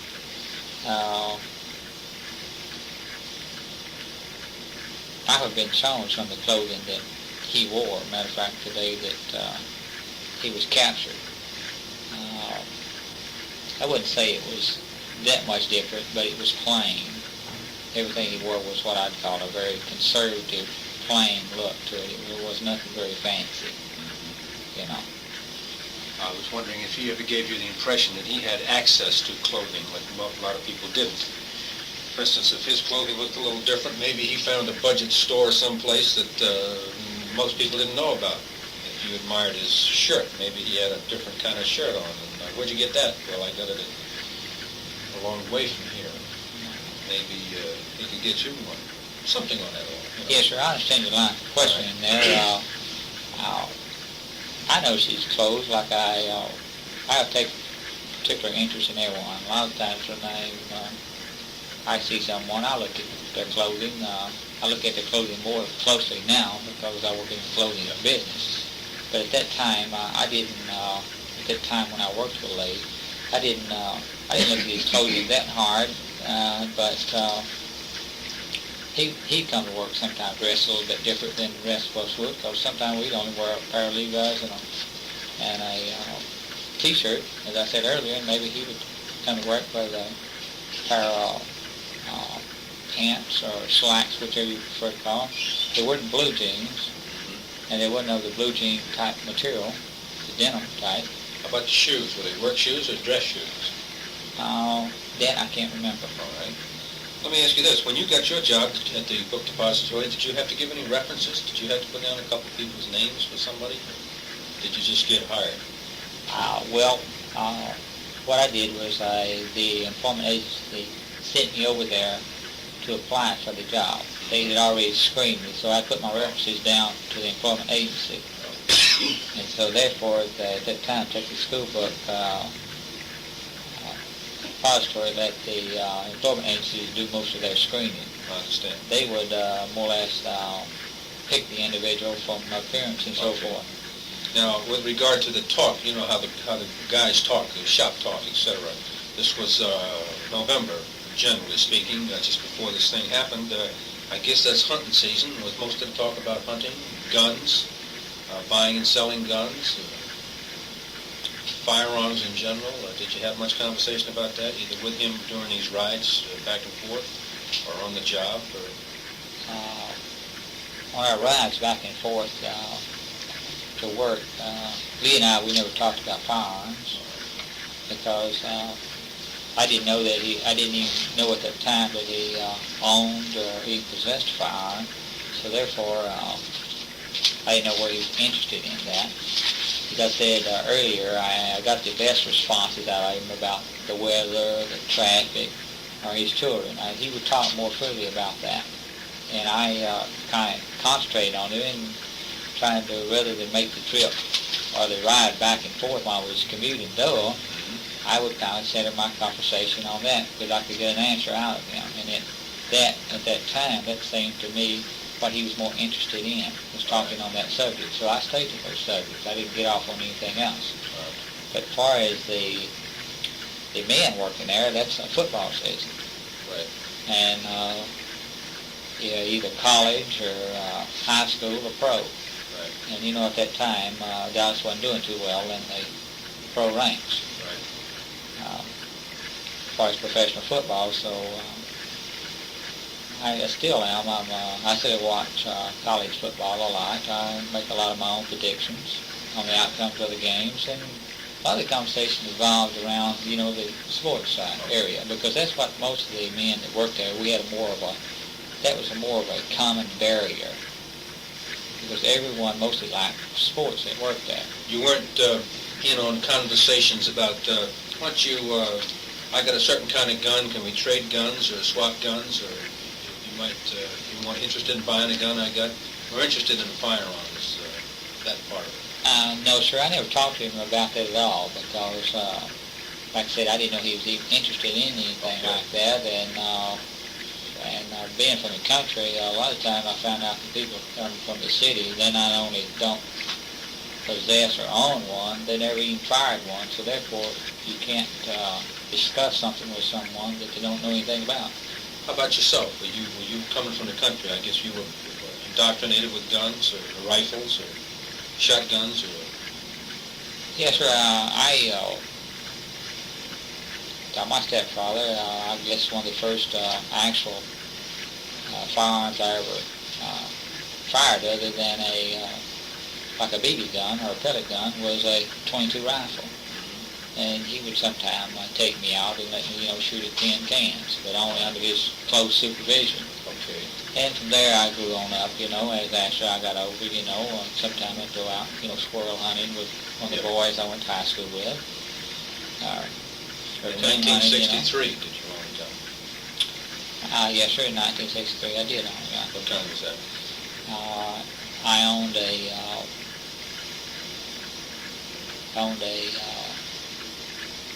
British 303. They call it an Enfield? Yes, sir. We call it Enfield. It had been somewhat customized according to the people I bought it from, which I bought it from Sears and Roebuck. Here in Dallas? No, sir. I ordered it when I lived in a small town in East Texas. I ordered it from our local Sears store there. They had, how they come out with little sales papers. And, is that Huntsville? Is that yes. the small town? Yes, Huntsville, Texas. A little Sears and Roebuck there. I purchased it from there. Was that in 63? I don't remember the exact year I purchased the weapon, but I was looking for a weapon that I could hunt deer with. And it was price wasn't that bad. I don't remember exactly what I paid for it. But I owned that weapon, and I owned a 410 shotgun. What kind was that? If you recall. I don't remember the brand name. I know some of the brand names like Savage and stuff like that, but this is it's more of an off-brand type, but it's a very good little 410 shotgun. I won it in a contest while going to high school, so magazines. I took FFA, and we had a sale contest on farm magazines, and I won it by selling magazines. I don't know what FFA means. FFA is Future Farmers of America. Oh, okay. At 410, that's single barrel. Yes, single shot. That's a little bit. All right, now just one other question, a little out of context, but did you ever meet Marina, that's Oswald's wife? Or he had a mother by the name of Marguerite? The family. I have never met Marguerite Oswald.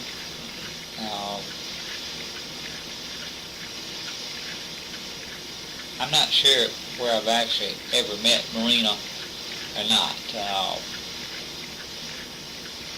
I know, as I've said earlier, that my sister, talked with some of the women in the area.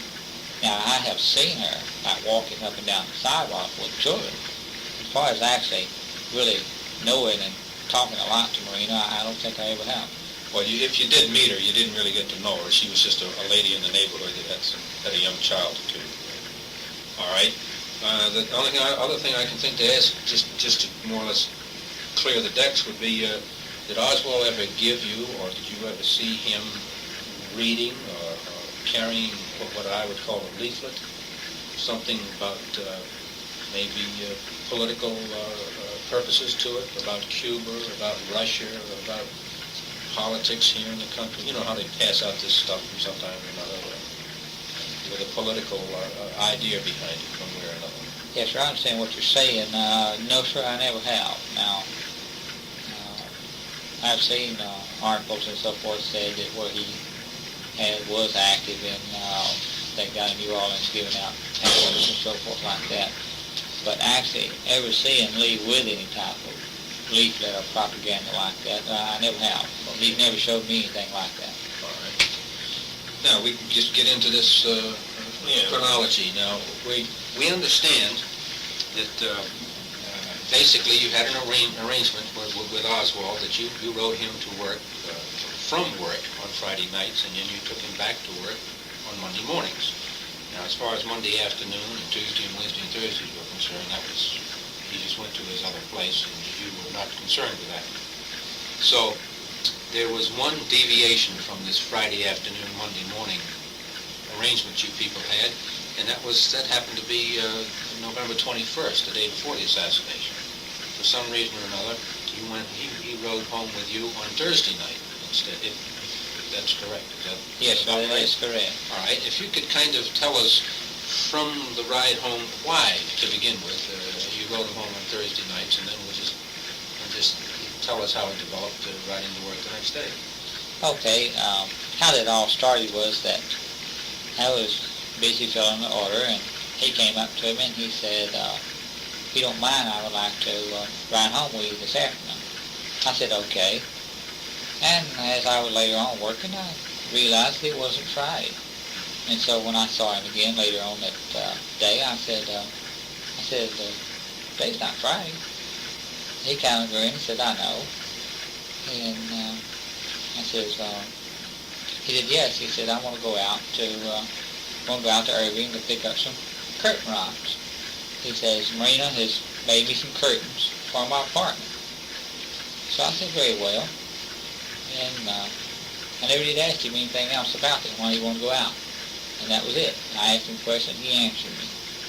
And the man never had deceived me or lied to me before, so therefore that was closed. And so he rode out with me on Thursday afternoon, and we went on out to Irving as we normally would have on Friday, and nothing was irregular about that, only other than the day. And then the next morning was the 22nd, of course. He came up to the house for which I was staying. He did not come in. He went right straight on to the car. He was carrying a package with him. I was sitting at the breakfast table, eating my breakfast, along with my sister's children. And my sister was over at the, how would you say it, the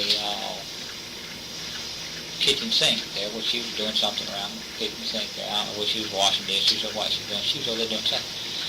And she told me, she says, you better get a hurry on. She said, must be late, because it says, here comes late.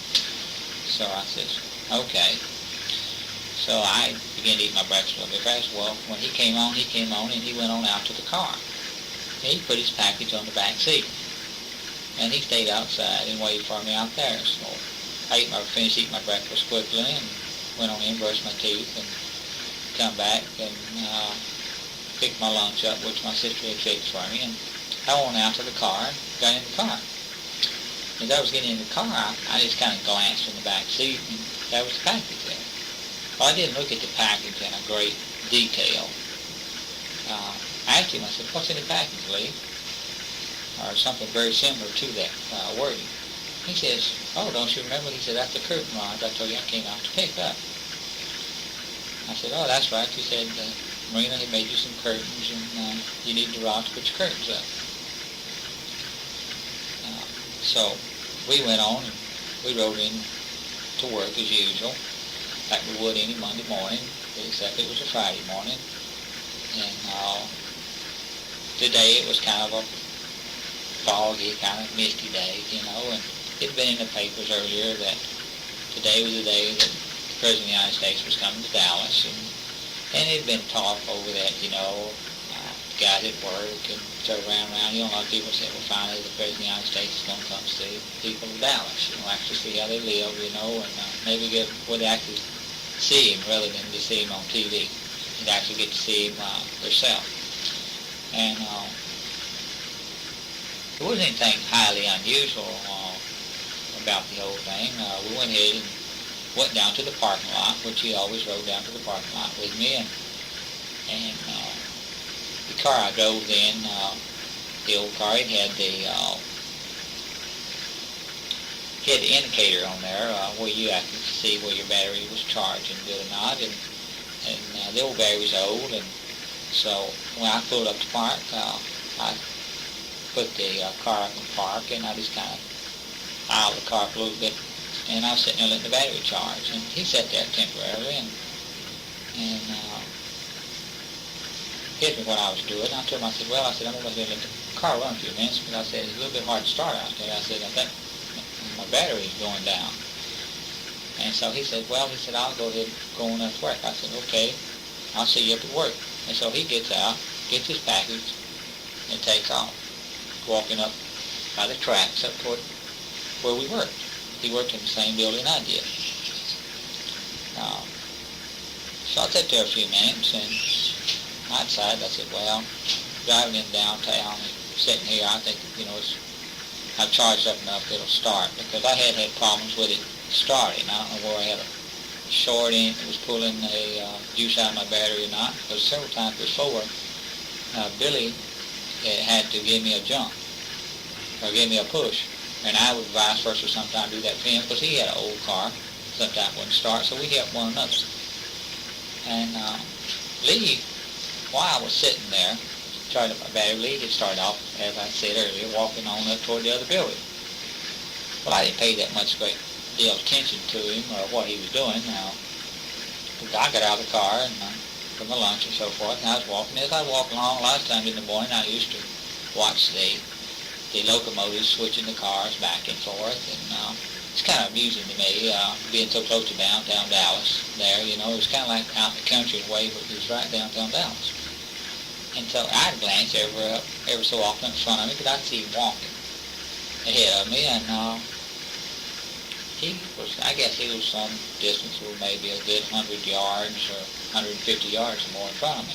I didn't try to catch up with him, because I didn't have any need to try to catch up with him. I was just walking along, had plenty of time to get to work. We were not running late at the time, so I didn't see any need to run or walk aggressively to get to work on time.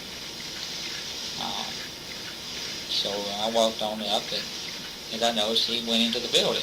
Well, when I came into the building, Lee had already disappeared somewhere in the building. I don't know where he went.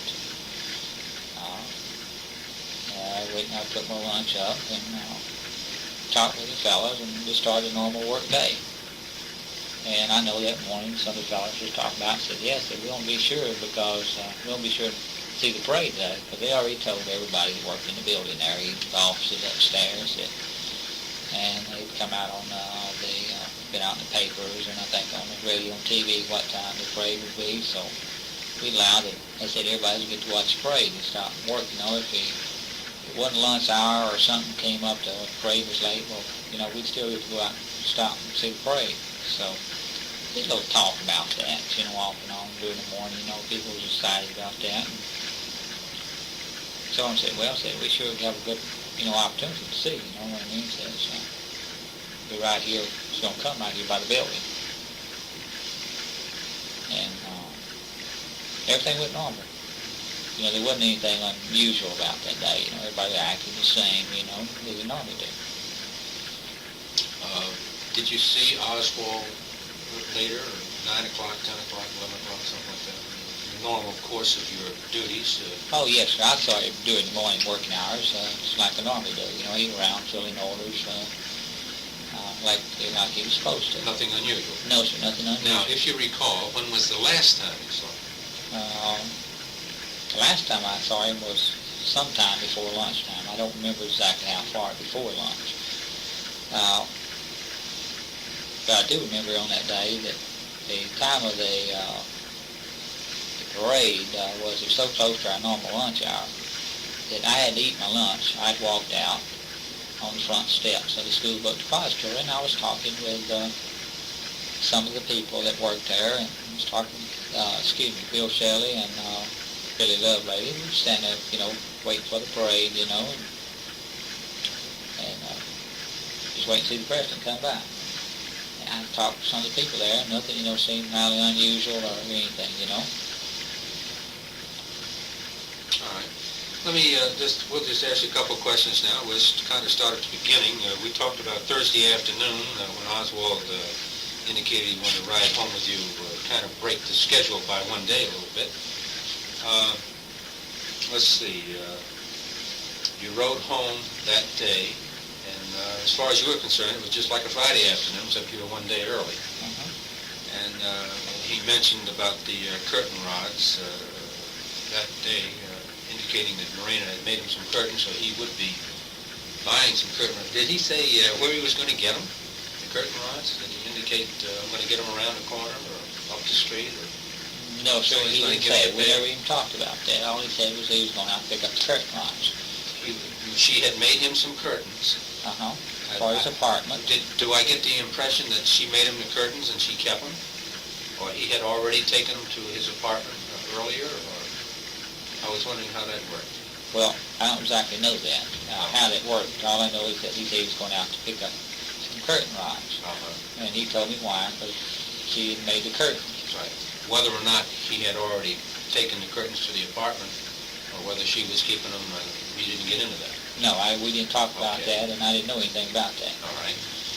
Now, the next morning, and incidentally, is this regular time that he comes over to your place? 7 o'clock in the morning, 8 o'clock in the morning, whatever, if you remember. Okay, we had to leave work at 8 o'clock. I know we started work at 8 o'clock. So you had to leave at 7? We usually left just a few minutes after 7 because the traffic's pretty heavy. Okay. You know, going into downtown Dallas that time. Does he normally come over and get in your car, or do you pick him up, or how did that usually work? Well, he seemed to come a little bit early that day. You know, a little bit earlier, because usually I was already out, you know, messing around the car, checking to make sure I didn't have any flaps, or sometimes I'd check my oil and, you know, water my radiator. I'd already be outside, you know, waiting for him. You know, but this morning he was a little bit early. But normally he would walk up to where your car is parked. But this morning, well, I guess he did that, but he was just a little earlier than usual. Not much earlier, right? Yeah. Because you were almost ready for work, eating breakfast, I think you said. Yes. And your sister sees him out. What did he do? Just standing there? Is that what she saw? Or? Well, she saw him as he walked down the sidewalk. He didn't blow the horn or anything? No, he didn't blow the horn or anything. He just went on to the car. Where was your car this time? The car was parked beside the carport. Oh, it wasn't in the driveway like No, that? no. No, it was outside? No,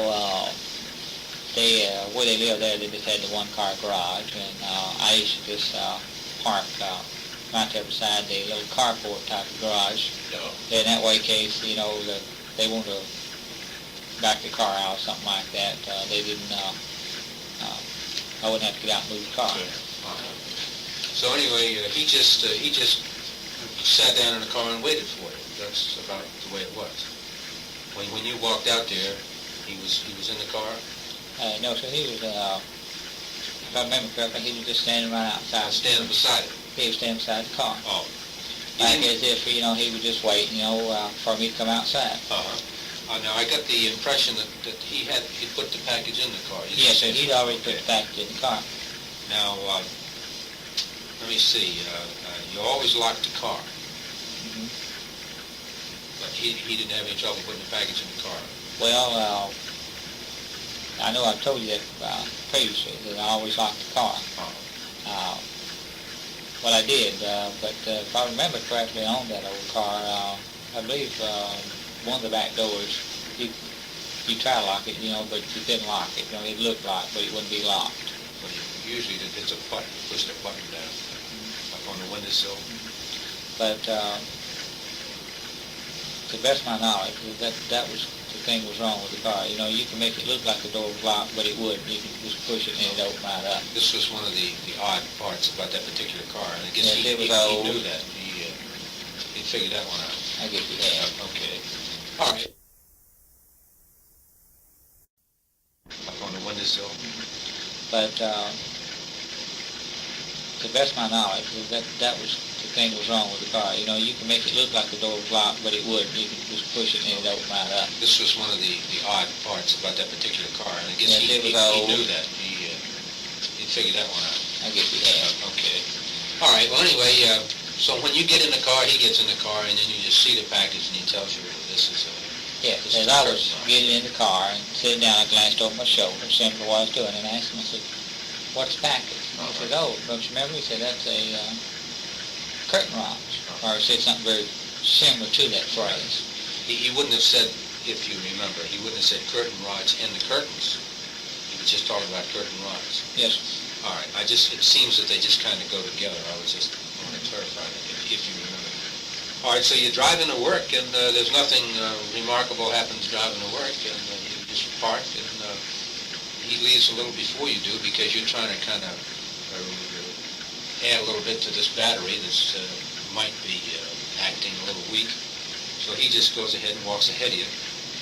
And you're not running late, but so you got a couple minutes to kind of rev up the engine and strengthen the battery a little bit.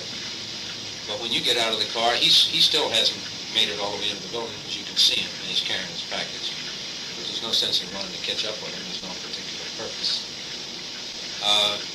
Do you remember that particular day, how he was dressed?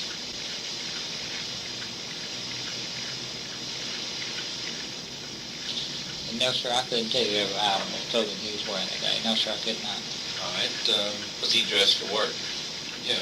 In other words, did he have to change clothes, or were you dressed for work?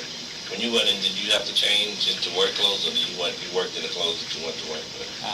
I worked in the clothes that I went to work in. Did he have to change clothes? Not that I know of, because, he wore the clothes just like he worked in. Now, that is very good, because some of the guys worked there, they came dressed nicer, because they had to ride the buses in, from some of the outlying areas, and they didn't want to, wear the old Levi's and so forth. So they'd bring, they'd have a change of clothes there at work, or they'd either bring, something during the week where they kept fairly clean clothes, When nothing unusual happened during the morning, he just went about his business, and I guess you went about yours. Yes, sir. And the parade was going to be the only thing to make that day a little different than any other day, but that wasn't until around lunchtime sometime. But when lunchtime came, let's see, did you see Oswald around lunchtime? I might smoke coffee. Thank you very much. Yeah. Let's take a short break here at 3:38. All right, it's 3:45. We've had a couple-minute break here. We will continue under the same circumstances. The attorney is still absent, but we're still in the office with Mr. Frazier and Maxwell Day and myself. So, in any event, we were recapping on this on the 22nd of November, and as I say, you got to work, and you had or had not seen Oswald about lunchtime. I don't remember whether you said you saw him. I know you said you had seen him just going about his regular duties, but in terms of lunchtime, was he around then?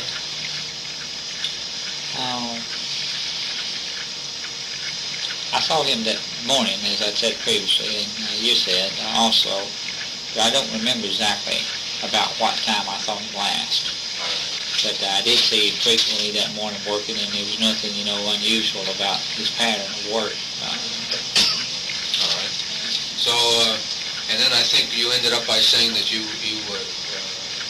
decided that you were going to step out front and watch the president come by with Billy Lovelady and Bill Shelley. And was there anybody else out there you remember at the time? There was some of the women that worked upstairs in the different publisher's office. They were there also, standing on the steps. There was one large, heavy-set lady. She was blonde-headed then. I can't remember her name. But I know Bill Shelley would know her because she'd worked there for years. We were all right there. Incidentally, I've been to the depository, and the front door is kind of, there's an indentation, like a covered area. You've got 6 or 7 steps that lead up to the front door. That's really kind of undercover. In other words, if you stood way back by that front door, you couldn't have to see very well. You almost had to get down on some of the steps to get down near the sidewalk. Do you recall if you were way in the back by the front door, or were you out a little bit? Okay, actually, when we first went out there, we was out there close, and, as you were saying, you approach it, come up the steps, and you come in, there's kind of a little entrance hallway, there's kind of a little indent. At first there, was standing out in the sun, and then saw that it looked like the parade was going to be a little bit late, so we stepped back in, several of us stepped back into the shadow there, and waited, and then you could tell by the sound of the people that, the parade was going, so we stepped out. Then down out to the steps. I beg your pardon. I didn't hear that. You said that by the sound of the people, you could tell that the parade was coming. Is that what you said? Yes, you could tell that they. You could tell by the sound because he had a motorcycle escort, and you could tell by the people, cheering and so forth. That when he got close. Right. Actually, when he turned on to Houston Street there, because he had to come a little short area down Houston Street there before he turned. Mm-hmm. Well, then when we, you could see from there where we were standing at the Linden, you could see down in there that when they came on to Houston Street. So we stepped out more into the sunlight there, where we could see better. Because that's, it's not every day that you could see the President of the United States come by in a motorcade just a few feet away. As I said earlier, you've always seen it on TV and seen it in magazines and so forth like that. To actually see it firsthand, live, I never had. And so I, like a lot of the other people there, you know what I mean, they was enthused by it, that he had decided to come to our city, and actually see what type of people the people of Texas actually were. Because if I remember correctly, he had been to several cities here in Texas. I think he'd been to Houston right before he'd come to Dallas. And I think he was impressed by the warm heartedness of the people of Texas. It's often said that a true Texan has a very large heart. I think he actually found out the true meaning of that. The true people of Texas, that was raised and born in Texas, are very kind people, if you let them be, So anyway, just continue then what your experiences were from the time you started to see the motorcade approach you in terms of Houston Street. Okay, I know some of the girls that worked there, and they officers above, they stepped out into the sunlight with me there, and I know the big heavy-set lady, she was right there, I was right there always close to her. Because at first they wanted to get down and get close to the curb, and I said, and the crowd was very bad, and I said, well, you might get trampled out there, or something to that effect. I said, sometimes people, in a situation like this, they don't have to control themselves, I said, I think it'd be best that we stay back up here on the steps, because I said, we're up higher, we can see, and I'll have a better view. And so some of the women, they said, that sounded like a good idea. But meanwhile, Billy Lovelady, referring to as I say Billy, and Bill Shelley, they wanted to get a little bit closer. Like, and actually, them being men, they figured they take care of themselves. They could, in other words, they could hold their own in a crowd where they start pushing and shoving,